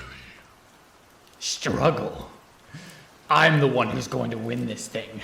I made a promise, and I'm not gonna break it!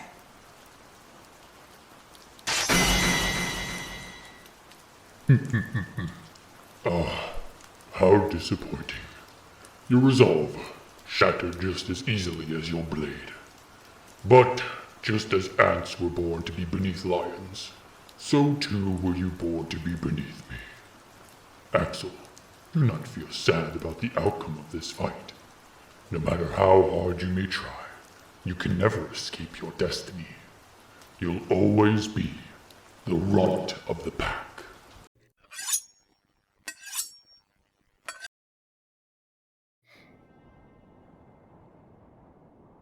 After you finish pulling it out, you sort of momentarily glance towards Axel, and he is like, looks to be like in the beginning stages of like a panic attack, like he's like hyperventilating, like.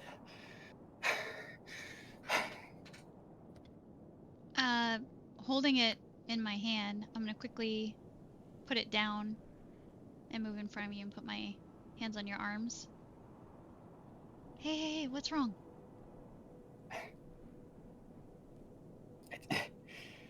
It's nothing. I'm okay. Just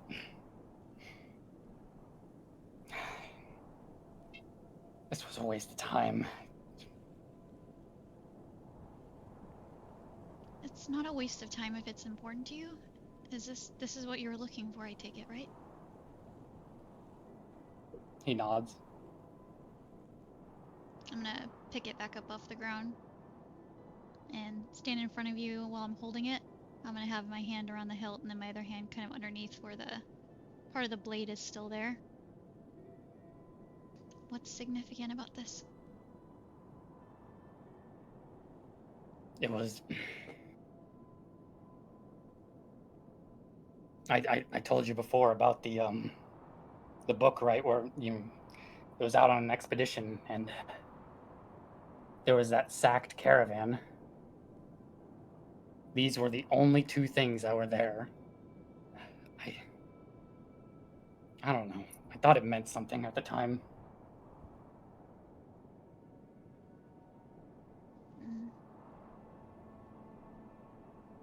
Do you want me to hold it? He sort of like looks up at you, sort of begins to reach out for it. And instantly his hand like recoils. To you, it looks like it like just physically hurt him attempting to reach out for it. Yeah. I'll hold it away. Yeah. Would you? Of course. I'm gonna be looking at you with a little bit of apprehension just because of your reaction to it. I'll put my bag on the ground and then put the shattered sword, the broken sword in it. He stands up as well, sort of idly kicking, a loose pile of sand back into the hole, and says, we've spent enough time here already. Let's get going. Okay. Sort to make your way back up the dune. About halfway up, he speaks up again. Nova? Yeah? Thank you. For what? He just sort of like gestures with his hand, like,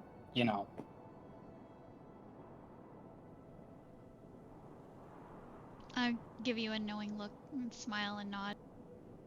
And then I'm gonna put my hand on your shoulder and kind of rub lightly. And continues walking. 5 minutes later, we're back at the top of the dune. Okay. Let's get the show on the road, yeah?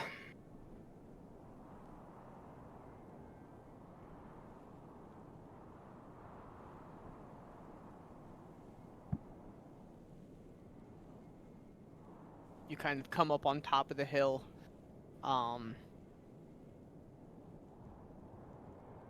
You kind of come walking up the hill, and Nova, kind of one last look before you guys kind of leave, and you look back where you guys had just left the rib cage, and almost those little cutscenes and things that you had seen, Axel, and how your memories had come forward. You kind of see almost like a mirage of a younger Axel standing in between the rib cage, Nova, as you walk away. And you kind of do like a double take, and like the ripples, like the heat ripples off of sand. It just like you can see that in between all of the rib cages, and you kind of do like a double take and look back at Axel, look back at the ribs, and you continue on walking. You guys come up the top of the dune to find the rest of the party kind of like sitting, standing, leaning against the chest, and they're just like opening the vent, and like he's kind of like, like, oh god, again, they're like talking and conversing, and then slides the vent close after about 30 seconds. You come up to the top of the dune, Axel, and you're like, all right, let's get this show on the road. And everybody's kind of standing around.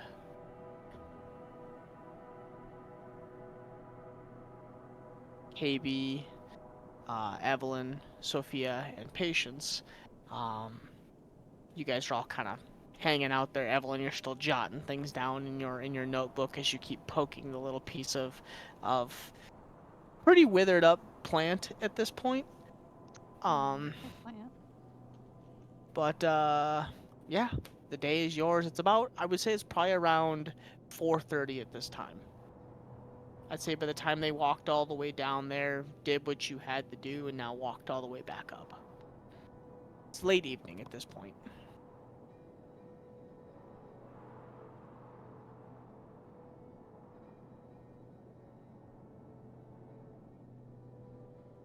Axel, roll a Yeah. perception check for me Sure. with advantage. Okay. 17. As you guys cross the top of this dune, and it's a pretty large. I'm assuming this is kind of how you envisioned it too, Axel, but like almost like a giant bowl where all these Yeah. bones are. Okay, so Exactly. it's this like ginormous bowl with this giant skeletal structure. And as you guys get to the top, and you tell the group, okay, hey, let's get this show on the road. Like, I'm ready to rock. And the rest of the group is, you guys are starting to kind of converse and talk. And Nova, you turn around to like talk to the group to see what we're gonna do next, and you don't pay attention. And Axel, in that brief moment, that it's just you paying attention, in this brief moment, the breeze kind of blows and it crosses the tip of your nose, and you turn quickly over your shoulder and you look far on the opposite side of this giant bowl. And you see a creature standing there hunched over that looks exactly like you. And he kind of moves back and forth. And he throws a familiar sign into the air, one you recognize from war parties around your area. And he turns and runs off into the distance, and you can't make out the colors, any discerning colors, any discerning stripes, bands, armors, weapons, crazed faces, and or intellectual looking faces on this knoll. You just noticed it looks to be of gnollish design, and it noticed you and ran. So like rub my eyes with my forearm and look there again. There's nothing there? Like that mirage again. Like you're not 100%. It just the heat's kind of starting to dissipate, but yeah, as you rub your eyes, all of a sudden it's just kind of like that setting sky background behind that area, like a light orange with kind of the ripples of the heat as everything is starting to cool down. But nothing there right now. Thor shakes his head. All right. Next stop, Sleeping Oasis. Let's go. Let's go. Yes, let's go.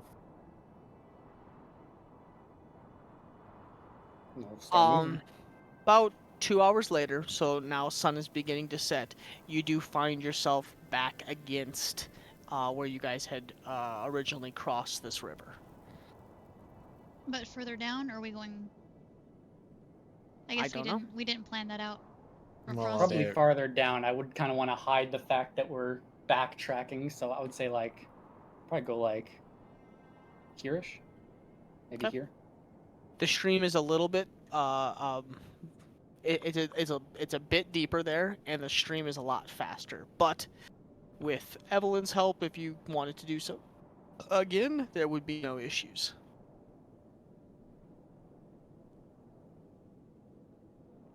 Do you think you can do that thing again? I was muted. Water walk, ritual cast. Whoop whoop. I didn't know you could ritual cast that spell. Takes a little bit, but yes, you can.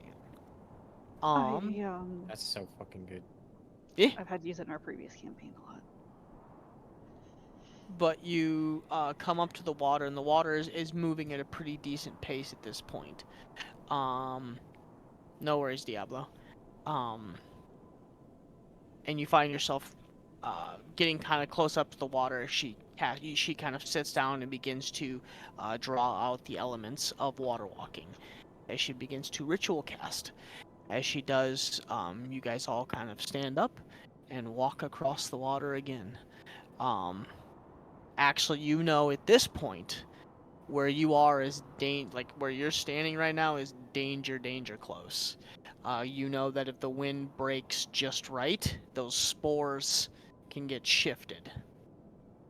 So pretty much where you guys are now, Axel, mostly for you to pass along to the group, but it's pretty much starting here-ish, all the way down this little valley.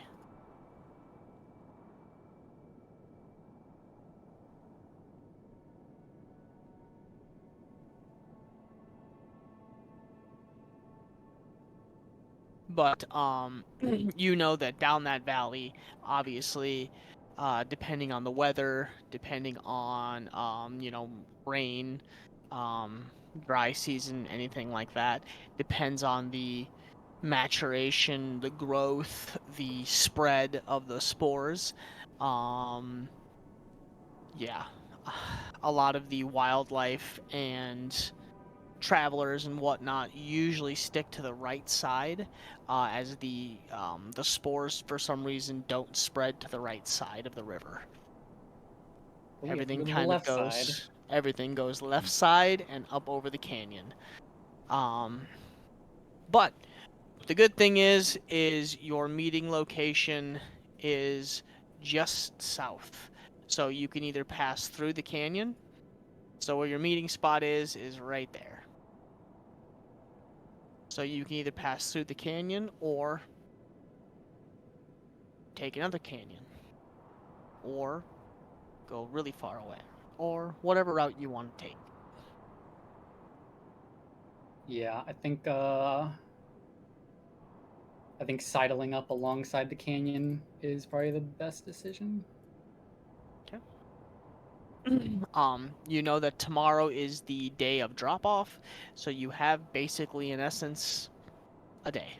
At this point in time, you guys can bed down for the evening, or you guys can continue going. It's about 6:30, 7 o'clock right now.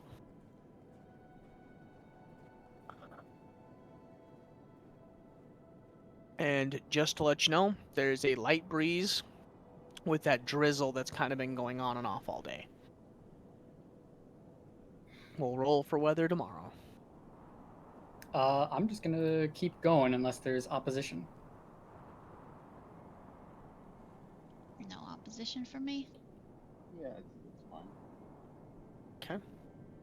Okay. So, here's where the checks get a little... It won't be survival checks. Well, it'll be a mixture of survival checks and other things, because we're going to be going off of the weather. We're going to be going off of how close you can stick to the wall, and basically if the spores start to spread. So, you guys get up nice and close to where kind of you see almost like this dense forest. Oh, and then right in front of you, there's a family of what looks to be like lions or something like that laying on the ground. About 60 feet to your upper left, like close to the water. And not messing with that. Okay. Why did you say that so, like, why are you... What's wrong, Axel? I'm just saying, I'm not messing with that. Okay, I wasn't sure. You just got really defensive there, and I got a little worried. So just checking. But you notice this like almost little like family or a small pride of lions, that seem to be about 60 feet up to your left. There's about 5 or 6 of them. You're not really sure. But you kind of give them a glance, and you scooch close to the canyon, like the walls. And you take kind of your like upper like shirt and sleeve, and you kind of press it up over your nose, and you look at the rest of the group like, hey, do the same thing. It might help. And you guys begin to slowly follow Axel along the edge of this wall. So roll a survival check, and this will Okay. just be a flat roll. Okay. Flat 10. Flat 10. Okay. Oh, is Nova still giving me guidance? Absolutely. All Okay. right. So 14. 14. Okay. It's better. And then roll a D100. Okay. 79. Okay. With a 14, you're able to keep yourself along the edge of the wall. Each one of you, you kind of looking back at the group, and you begin to shimmy close to the wall. And you go down kind of like a where the wall, it doesn't just go straight along, like there's juts and grooves. And as you're going past one of the grooves, you kind of slide your hand across. And as you do, it's wet, and you look up and you notice that you've bumped some of the algae, and you watch as it kind of kicks off like a little into the air, and you're like, oh shit, and you kind of press your hand up against your mouth. So with the 79, that's one failure. As you've knocked up some of the spores into the air, and you're quickly pressing your hand and your shirt and like linens into your face as fast as you can, and you're looking at the rest of the group like, cover, cover, cover.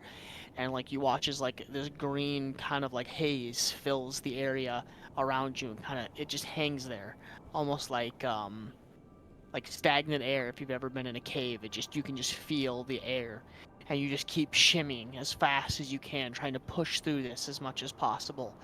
You get about a quarter of the way through. Your lungs are kind of starting to burn because you're holding so tightly around your face and your mouth. You can feel the sweat and the perspiration as each one of you guys, you're just pushing along. Axel, roll another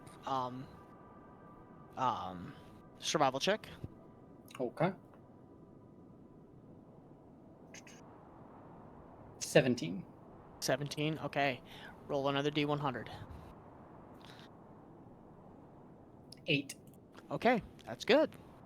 So, you now paying attention closer after realizing your fault there. You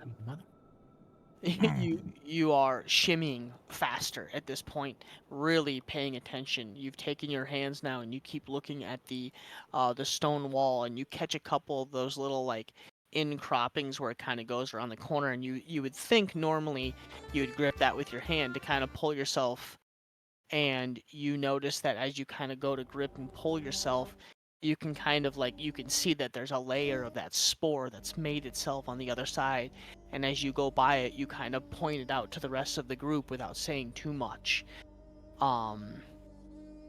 And you're pointing out each one of these things on the wall, or like a piece of the brick or the dirt that looks like it would easily shift and kick something up into the air, and you keep shimming along the wall.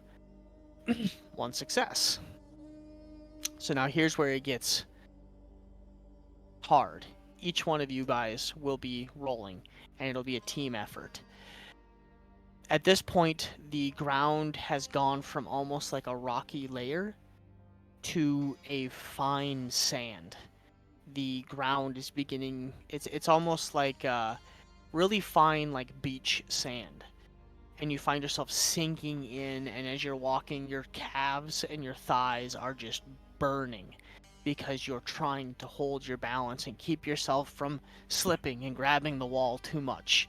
The wall is becoming almost more algae as you're pretty much at the dead center of this canyon, and you find yourself shimmying along the wall faster and faster, and your thighs are just burning. Each one of you guys are perspirating. The dirt and like this greeny slime algae is kind of like beginning to stick to your perspiration. So each one of you guys roll survival checks, and then and actually scratch that. At this point, it will no longer be survival checks. It will be dexterity checks. Straight dexterity to see how well you can keep yourself balanced as you're kind of moving along this wall. And then roll a D100 each one of you. But dexterity is my worst one. Yep, here we go.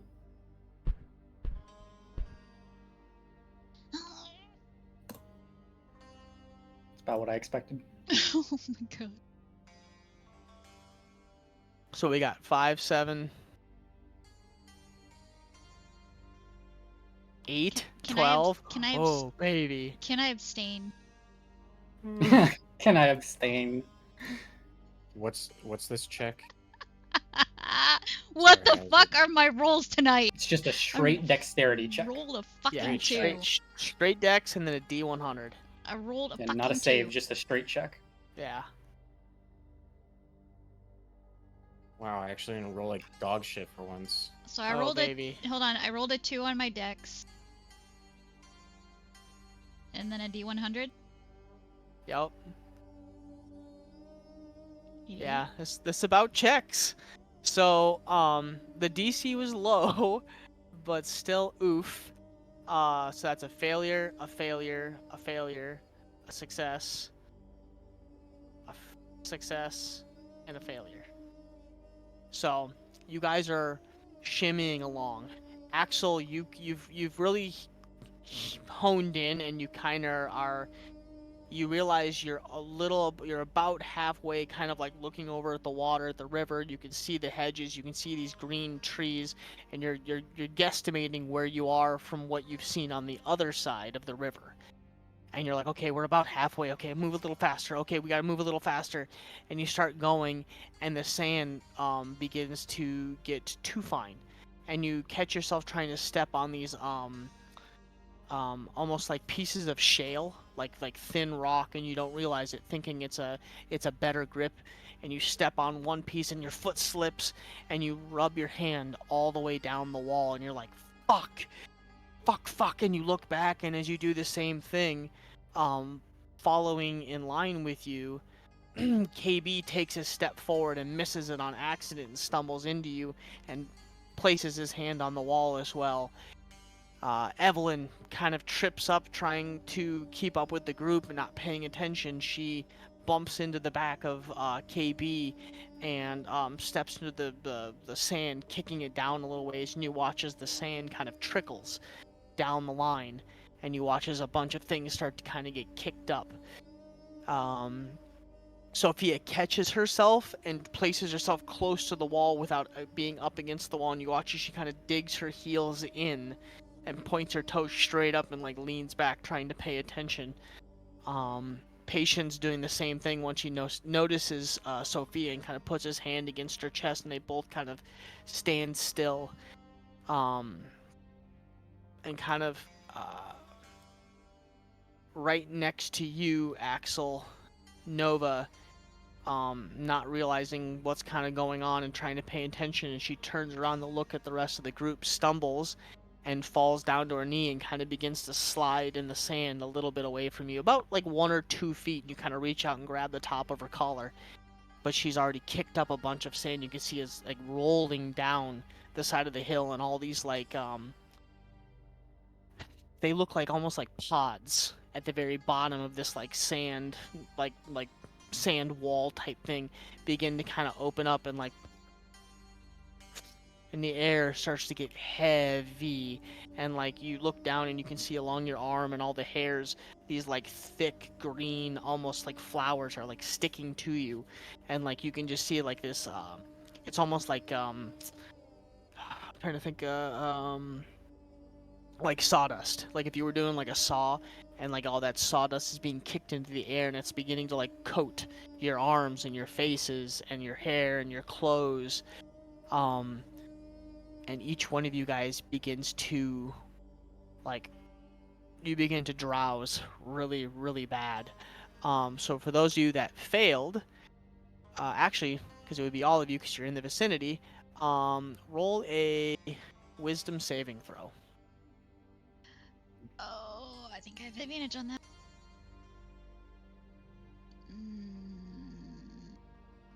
And for those of you that have it, I don't... It's a type of poison.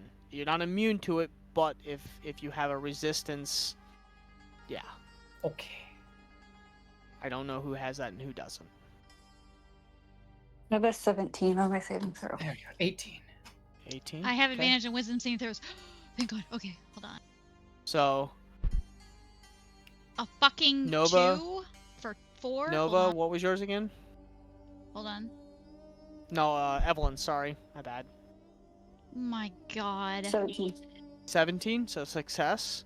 KB is 11. That's a Would it success. be Okay, I was gonna say, would it be against a disease? No, not a disease. It's not really I don't know. It's kind of a poison.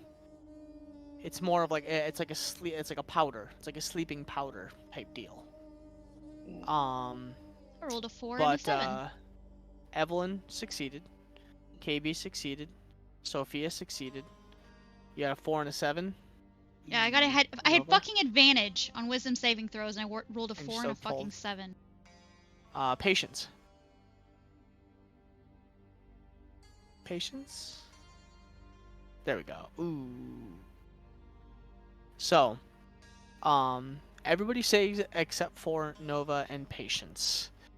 As you guys are kind of beginning to like catch yourself, and you're like, oh fuck, and you're like covering your faces, and you're covering your eyes and your mouth, and you're like trying to block as much as you can. You guys feel almost like lethargic. Like all of a sudden you're kind of like, whoa, wow, almost like you got hit by like a sleeping dart or something like that, and you feel like just really sluggish all of a sudden, and you begin to kind of drag your feet, and you guys are like, okay, move, let's go, we gotta go, and Axel, as you've got your hand back and you're kind of like you're holding onto Nova because she kind of fell down to her knees, you pull and you're like, we gotta go, we gotta move, and she just like just dead weight. You're not sleeping yet, but you are, your movement speed is halved, and you're like just lethargic.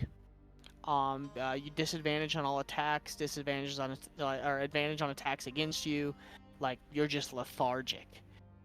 Same with you, Patience, as you kind of had that hand up on Sophia, and you're like, okay, hold on, we gotta fall. All of a sudden, Sophia, as you go to like move forwards, like Patience's hand just drops. Yeah, and I'm gonna pull out the magic carpet, and I'm gonna pull Patience onto it, and so the two of us are kind of off the ground, and Patience can just kind of fall onto that.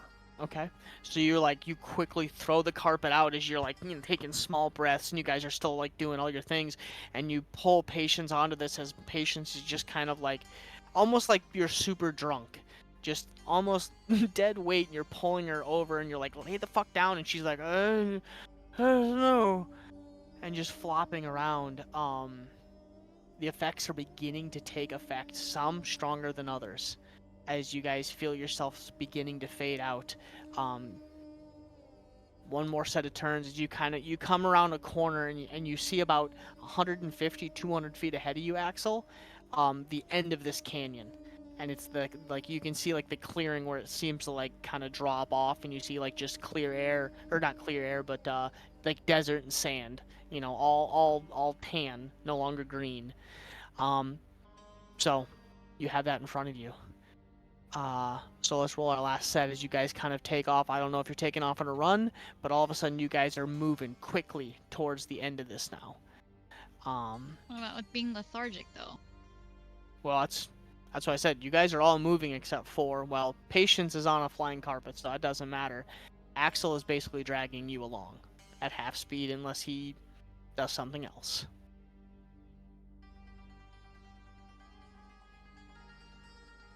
So. What are we rolling?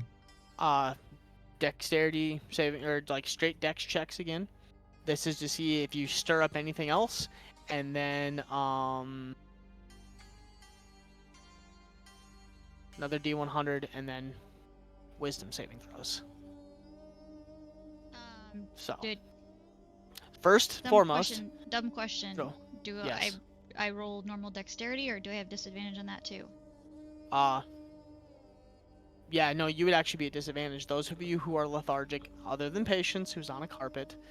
I was just asking because you said disadvantage on attacks and stuff, so I wasn't sure if that included it. It's basically it's the opposite of everything good that you want. Nova, how much do you weigh? How dare you? I know, the forbidden question. How dare you? I think 140. That's still well within my carrying capacity. I'm just gonna pick you up and carry you. Okay.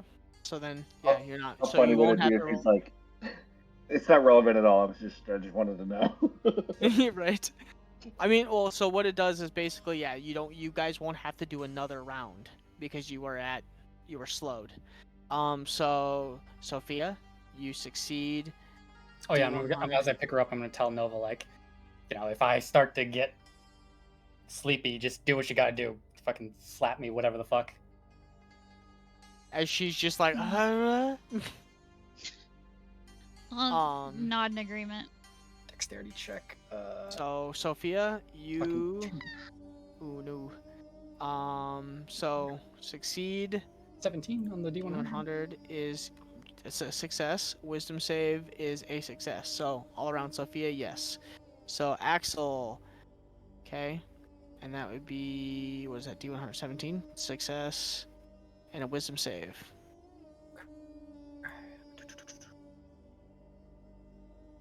And number 2, 17. There we go.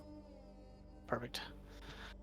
So, Axel, you take off a little quicker than anticipated because you are at this point not gonna give a fuck, and you kind of kick up the sand and the dirt around you, and you watch as like some of these little pods that are on the wall begin to just pop left and right. So you did succeed the D100, so not a whole lot went off, and the wisdom saving throw is a 10 or a 17. 17. Okay, so that is a success as well. Patience and KB and Nova.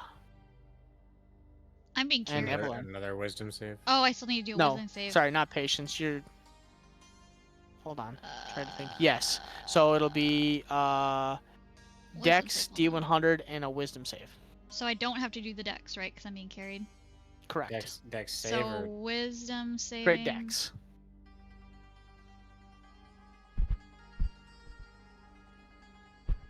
guess I'm being carried, so I need to do that. Yeah, so sorry, you're on the carpet. I forgot about that. Okay, a 12 for the There. wisdom saving throw, and then a D100. Okay. Wisdom save incoming. Good. Alright, so Dex is good. Patience, Dex is good. That's Or- not yeah, Dex, that's wisdom. Wisdom, okay. I'm on the So many carpet, rolls. so. So KB, Dex is good. The one You who take asked for all the rolls. you're quick. I know. You're quick-footed, and you begin to take off at a sprint, catching up with the group and keeping as close and tight. But you are also kicking up with the 66. You're kicking up kind of a lot of the sand and running close to the wall, and you're kind of hearing things pop behind you and go off. Patience. The 17 is the wisdom. Yep. Yes. So you're fading out. You're still kind of really groggy, but you're holding on enough to the point where you're like, you're an angry drunk. Like you're kind of fighting it, holding on to like, I'm not falling asleep. I ain't doing this. I'm slapping and- myself. Yeah, and That's with the awesome. 31, that's right on par. You're laying on the carpets. You're not flailing around too much. You're not kicking up anything, so that's good. And Nova, I cleared it. I think I said 12 for my wisdom saving throw. 12. Okay, so and you then- just succeeded. Oh, thank God. And then I don't know if the D100 is still necessary for being carried. He's carrying you, not paying attention too much, and so every once in a while, like you kind of like kick out one of your legs on accident, like a reflex, like you're like, oh, Okay. and you accidentally like rub the wall here and there, and you watch as some of the things kind of get bumped and kicked. Evelyn, dexterity, wisdom, and a There's D100. a 3 dexterity, a nat 20 wisdom save for a 26, and a 44 on the D100. This makes sense per your character. Evelyn, seeing the rest of the group take off, kind of has a little bit of a panic attack moment of herself, and follows really close thereon. She's actually kind of grabs the side of the carpet, and she's like, "Okay, well, where are we running? Where are we running?" And she's dropped both of her hands off of her mouth and face, like so she's no longer like covering herself, and she's just running, like not paying attention because, well, I don't understand what's wrong. There's just trees and flowers in the air right now. It's just pollen. It's fine. and she's like just walking around, like staring at you all, like, well, what's going on? As you guys come to the end of this valley, you guys kind of do a roll and come out the other side of it, kind of coughing and wheezing. Yeah, you guys have made it through. Two party members are really groggy, and you are fighting it right now. But the full effects have not taken. While the rest of you do feel that kind of lethargic, like just grogginess, almost like your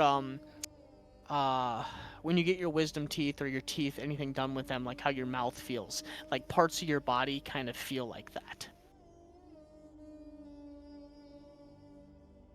And injected with Novocaine. Feels like a weird. Why is everything in slow motion?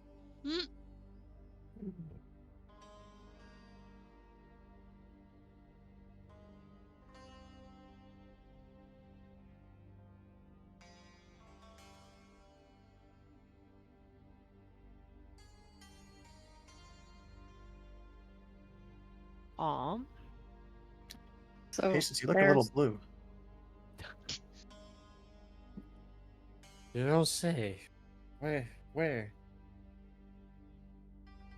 Oh, you fucking got me. I walked into that one.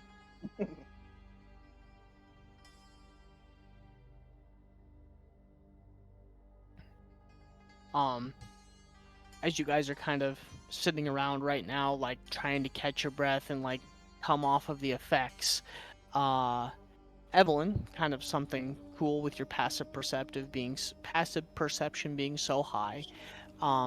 Anybody else that has really high perception, anything above a 15, you guys would notice down by the outskirts of this green, almost like trees, like oasis style, kind of like down here-ish like area, you see like just animals like spread randomly here and there, and you see like some of them are in different states of decay.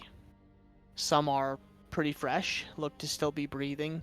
Some are obviously probably passed on, and others have mostly broken down. And you can see on the ones that are kind of like that are dead and beginning to break down, bits and pieces of the body have like very green like foliage and moss growing from that area, and like some of the roots have begun to kind of cover the bodies, almost like the this foliage, this green area is spreading or trying to.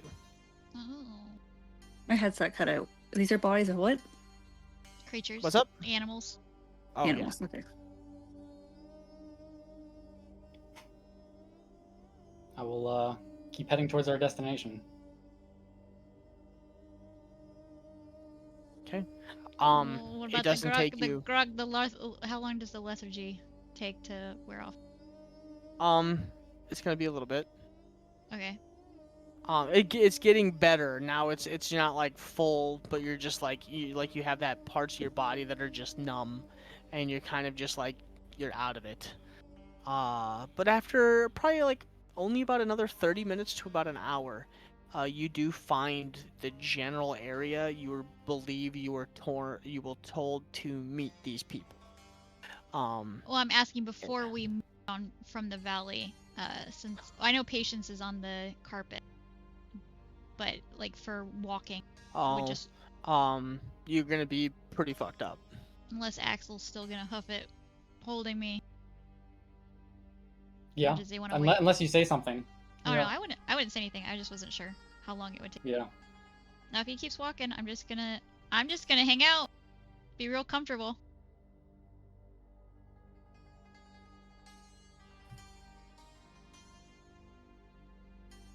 So, yeah, doesn't take you very long. You get up next to, this kind of stone pillar-looking area, and it provides kind of a nice little outcropping.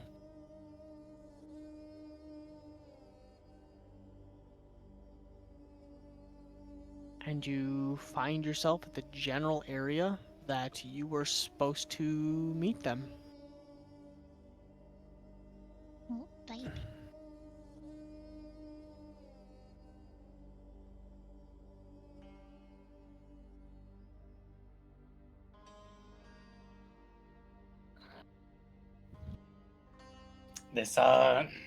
This should be it.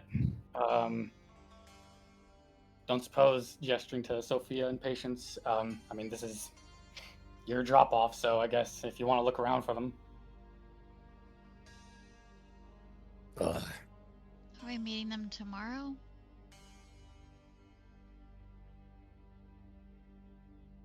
Yeah, that is true. I guess they're not going to be here early. Vent the box. Mental ball. Oh, we can I say we just wait till tomorrow and then we'll look around. set up If camp they for the haven't night. shown.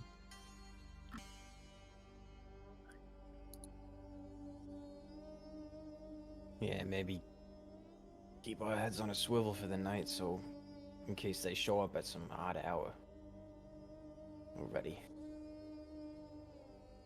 It's a good idea.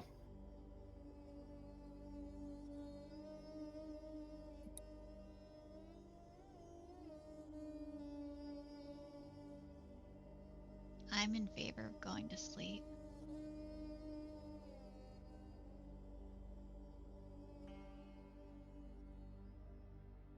I will. I can take a I watch will shift set Nova tonight. down and begin to set up my tent. You set Nova down near the 10? He hasn't set the Yeah, I tent start up yet. setting it up next to her. Yeah. Yep.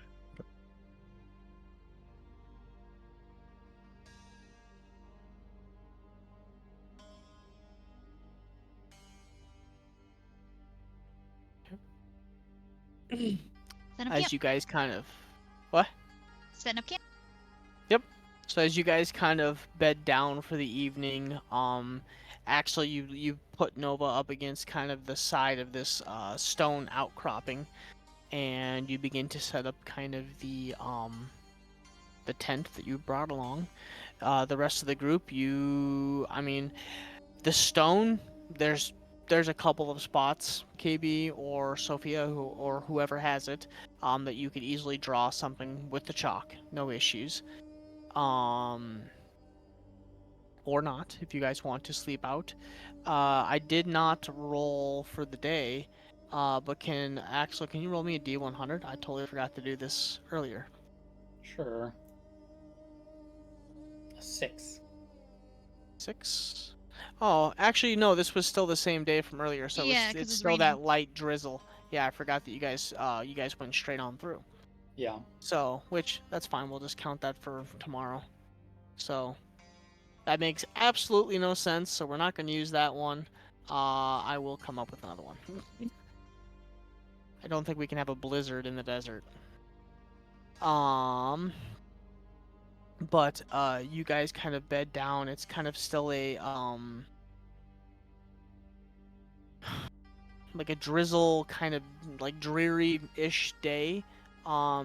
With the mist and the rain actually going the way it is, a lot of the green spores have been mostly washed off of you. At this point, you guys have gotten the majority of the goo and the green haze off of you, so it's not affecting you as much as it was before. You find yourselves a little less lethargic and kind of slowly coming to. Important piece to clarify. It is raining / drizzling. Beware of chalk. Well, you said there's plenty of like overcroppings, right, Ginge? So we could find a spot where like there'd be a flat wall that's not getting rained on. Oh yeah. Oh, okay, good. Just wanted to I point that think out. Evelyn had it.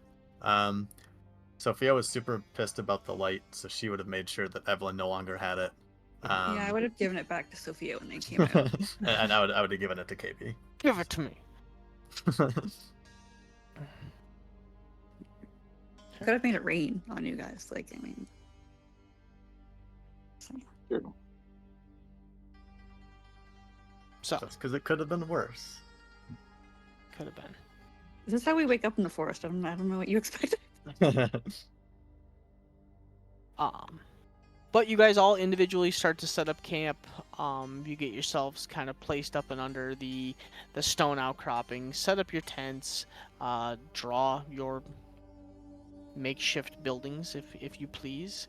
But you are bedded in for the night. So any conversations before they go to bed, I would let the others go into the room.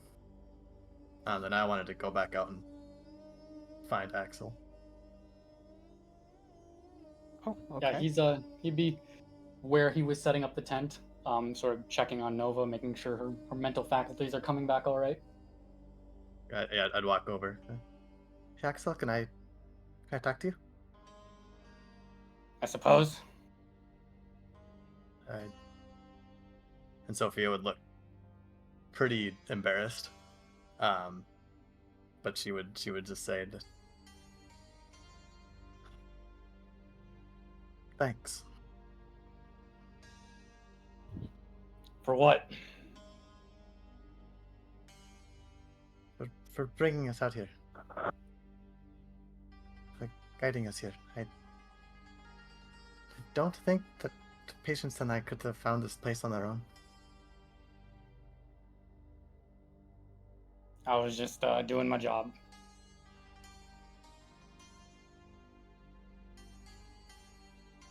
And Sophia will just turn away and walk back into the chalk door. Okay. Aww. A tender moment. Maybe they're finally coming together. Axel will remedy that later tonight.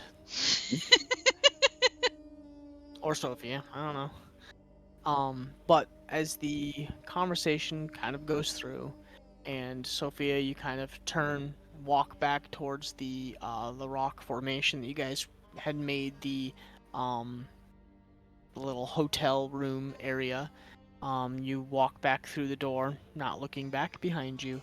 As you walk through to find KB patients kind of sitting in the middle of the meadow, getting kind of bedrolls out, or no bedrolls, whatever your preference. I think patients would at least notice that Sophia's face is noticeably red. What's gesturing to the face? What's that about? I can't figure him out. Join the fucking club. And I'll look around KB's nice library. I assume it's KB's again now, right? I don't know who had the last one. Yeah. Who has the Okay. chalk? Yep, so you are in a corner stone room with library, or not stone, it was floor. I think it was wood floors and Yeah, that and picture that he books all the way around. Yep. that picture he It's gave, the yeah. inverted book that you can't figure out. Did Evelyn go in chalk door? Yeah, because it wasn't risky this time. Leaving the nightly watch and the coffin to Axel and Nova's devices. Oh no, the coffin I think could fit in this door. So You're I gonna think- risk I think- taking the coffin into a demiplane? I mean, it's your call. Less risky than leaving it out. I don't know. Yeah, you're not wrong. Shit. Okay, let's set What up about who's gonna go out. opening the vent in I'll- there? You don't know what's in there. So my Sophia will God. ask patients, can you when you're doing a meditation, can you quickly go vent it? Yeah, I can do that. Too easy. I'll make a pillow out of a couple of books, put my carpet over the top of it. It's the best I got. So you I take. would- Oh, go ahead. Oh no, go ahead. I was gonna say, so you, patients, you step out with the chest, and you begin to vent it. So, Nova, what are you doing? Noticing that everybody is going to be sleeping in the demi-plane for the night, I'm going to be making a mental note that myself and Axel will probably be watching all night. Now that I'm feeling a little bit more normal, I'll get up and go into the tent. I had already offered to take a watch shift. Well, when you were in the demi-plane, Sophia asked for you to go do it. No, I said it before that. Oh, you did? Oh shit, I missed Yeah. that. Okay, so part of that conversation would be like, would you be coming out the first half of the night or the second half? Do the first half. Okay. So then we Or would just part have a of the first half. conversation. Okay, so we just have a conversation that once you've finished your watch, just to wake me up, so that myself and Axel can take the rest of the night. Sure. I'm also gonna ritual cast alarm around the coffin and designate our party as not to set it off. But if anything else were to get within it, it would make an audible sound. Okay. Which would at least alert. It would at least alert Nova and Axel, who are outside. Can you also have it do like the silent in your head alarm, or is it only Not if one or the other? not if I'm in the demi-plane. So Oh, right. That's fine. You can just have it set for but us. the audible sound should work. So Okay. Axel would interject into Nova's and Patience's conversation, say, pointing towards you, Nova. You get some rest. You look like you need it. I'm not going to sleep tonight, just in case whoever we're supposed to be meeting gets the jump on us in the middle of the night. Are you sure? Patience can watch the first half. You need some rest too. I've done it before, haven't I? Yeah, Yeah, but you're also the only one that like knows your way around this whole place. So probably better that you are on top of your game.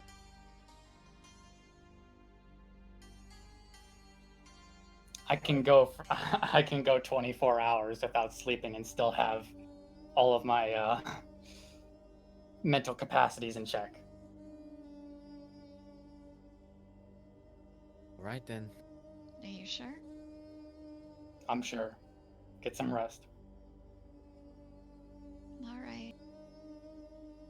Wake me if anything happens, okay? Of course. I will crawl into the tent. Okay. There will be something I need to do. Maybe an hour or two into the night, though.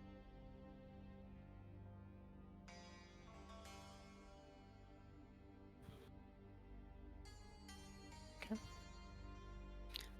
Anybody else? Nope, I would just post up right next to the tent and just keep my head on a swivel. Okay. As you guys individually bed up, those of you within the little book yard, and those of you out, the first part comes. So, Patience, you're doing watch first part or second part? I can't remember. I can do first part. First part? Okay. So roll perception. Axel, you as well, since I know you said you were staying up. Yeah, I'm doing so regardless.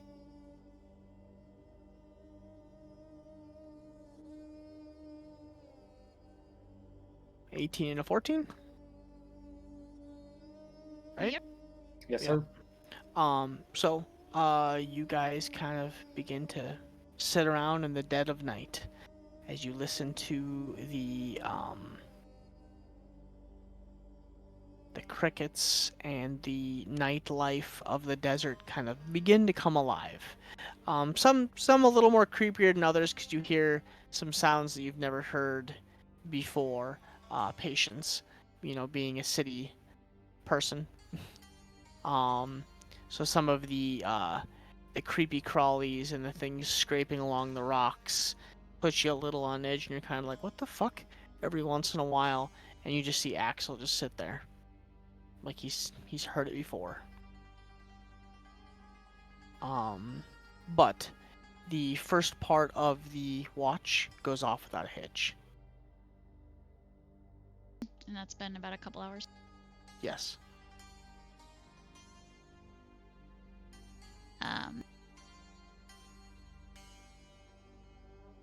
I am So suddenly going to emerge from the tent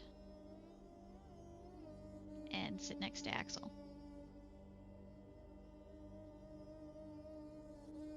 And I would be emblazoned with flame. I'm just kidding. I'm gonna set my pack down in front of me and pull the blade that we found earlier out.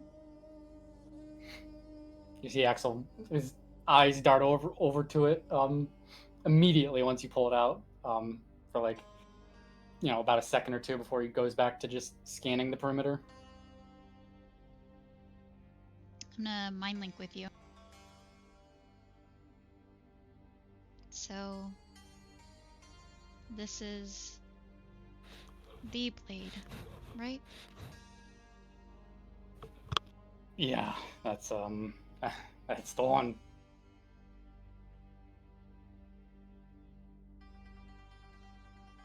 Is that why you reacted the way you did when you tried to touch it?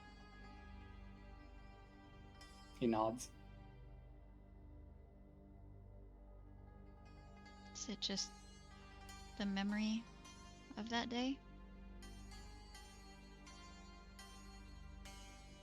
Probably.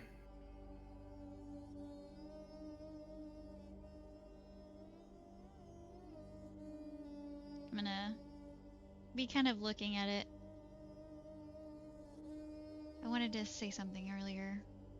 I couldn't sleep as I was thinking about it. And I know you said it was the blade that you found, but I guess I made that connection. That it was the one that you used when you were fighting Cedric's. But did you bury it in the desert with the intention to find it again? No. Like I told you before, I never intended to come back here.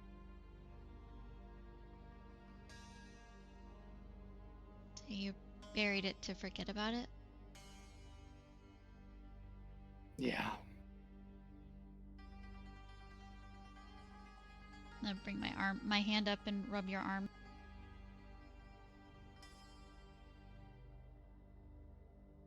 And I'll put the blade back in my pack.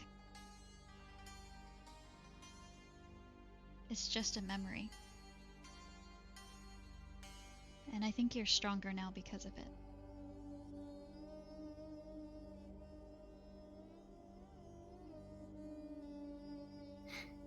He sort of, he has his arms crossed as he's scouting the perimeter. You can see one of his hands dig into his bicep, like, very tightly.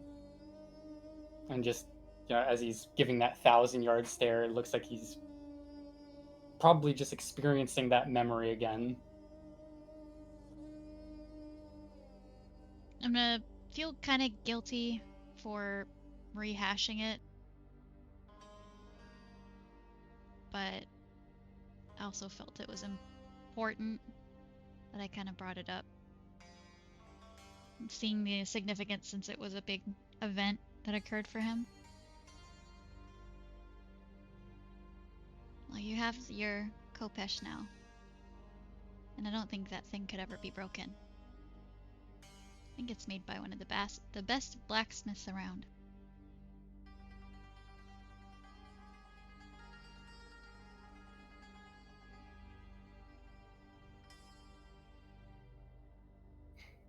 He doesn't really say anything.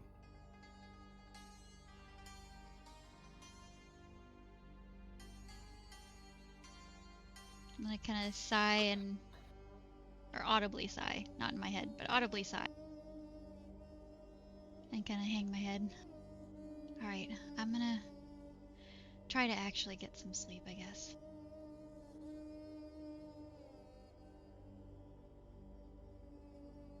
Sort of lightly nods.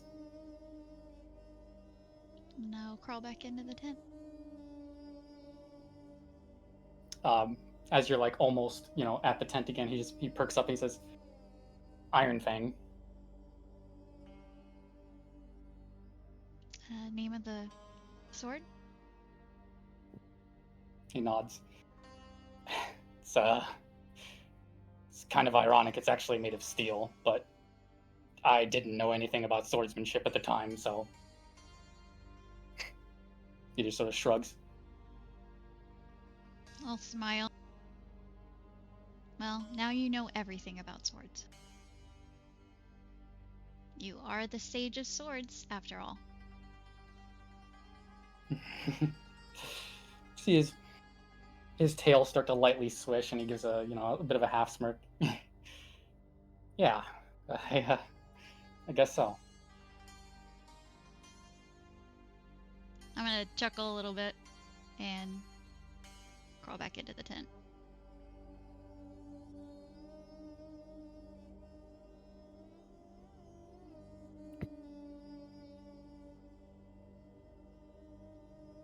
Okay. As you guys you bed back in after having your conversation with Axel. Patience, you kind of feel yourself begin to fade out as you quickly open your eyes. You vent the chest one more time, look over at Axel, and you can go into your meditation now if you would like. Or you can do one more, and then, yeah. I think you said you were taking the first part of the night, and then, yeah. So we'll just count those two that you guys did. And you guys made it through the first part. At this point, it's going to be about midnight-ish. So at this point, you can meditate, or you can stay up for another half. Nah, I need to sleep. So Patience fighting the urges of the algae green. I ain't fighting shit, bro. I'm going to bed. Yeah, you find yourself just going, all right, we're done. And you turn around, kind of nod at Axel, walk back into the makeshift room that you guys have, and immediately go into a meditative state. Axel, you're going to continue staying up. So if you would roll me 2 perception checks. Alrighty. 16 and a 24. 16 and a 24. The first part of the night, you kind of just keep scanning. You can hear Nova roll around every once in a while, kind of make like a and like roll back over. Around probably like 4 a.m., 5 a.m., you do begin to see kind of movement in the distance, and every once in a while, out of like your peripherals, you see like something black like quickly move across and disappear behind something else. And just kind of like a lot of movement, and like every time you look, there's nothing. But like as you're kind of facing forward, every once in a while you'll see something out of your peripherals.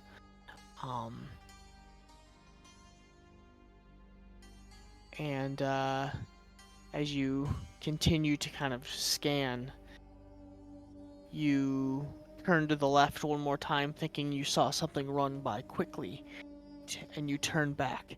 And as you turn back, 3 figures are standing about 250 feet opposite of you.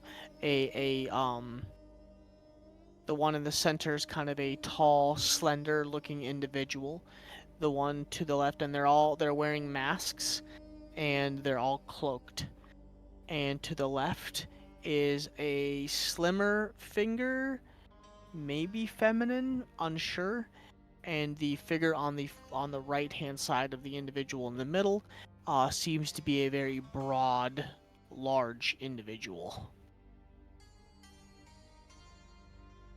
As the sun kind of comes up behind them, you see each one of them is wearing a mask, and the mask is like the top half of a dragon's face.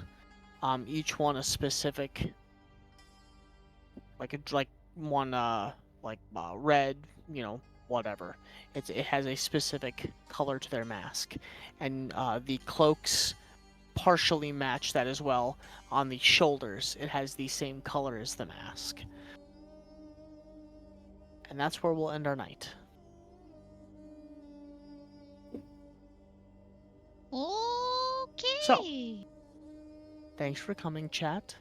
Next week, Thursday, at 7:30, we're going to be starting a little bit early. That way we can kind of go to a decent time and get to bed at a decent time, and that's what we're going to try and do now. Thanks for coming. Love you. Have a great night. We'll see you next week. All right, everybody. Again, we'll see you next week, Thursday, 7:30 Central. Have a great rest of your week. Have a great weekend. Until then, be safe, be kind, and we'll see you next time. Bye-bye. Deuces.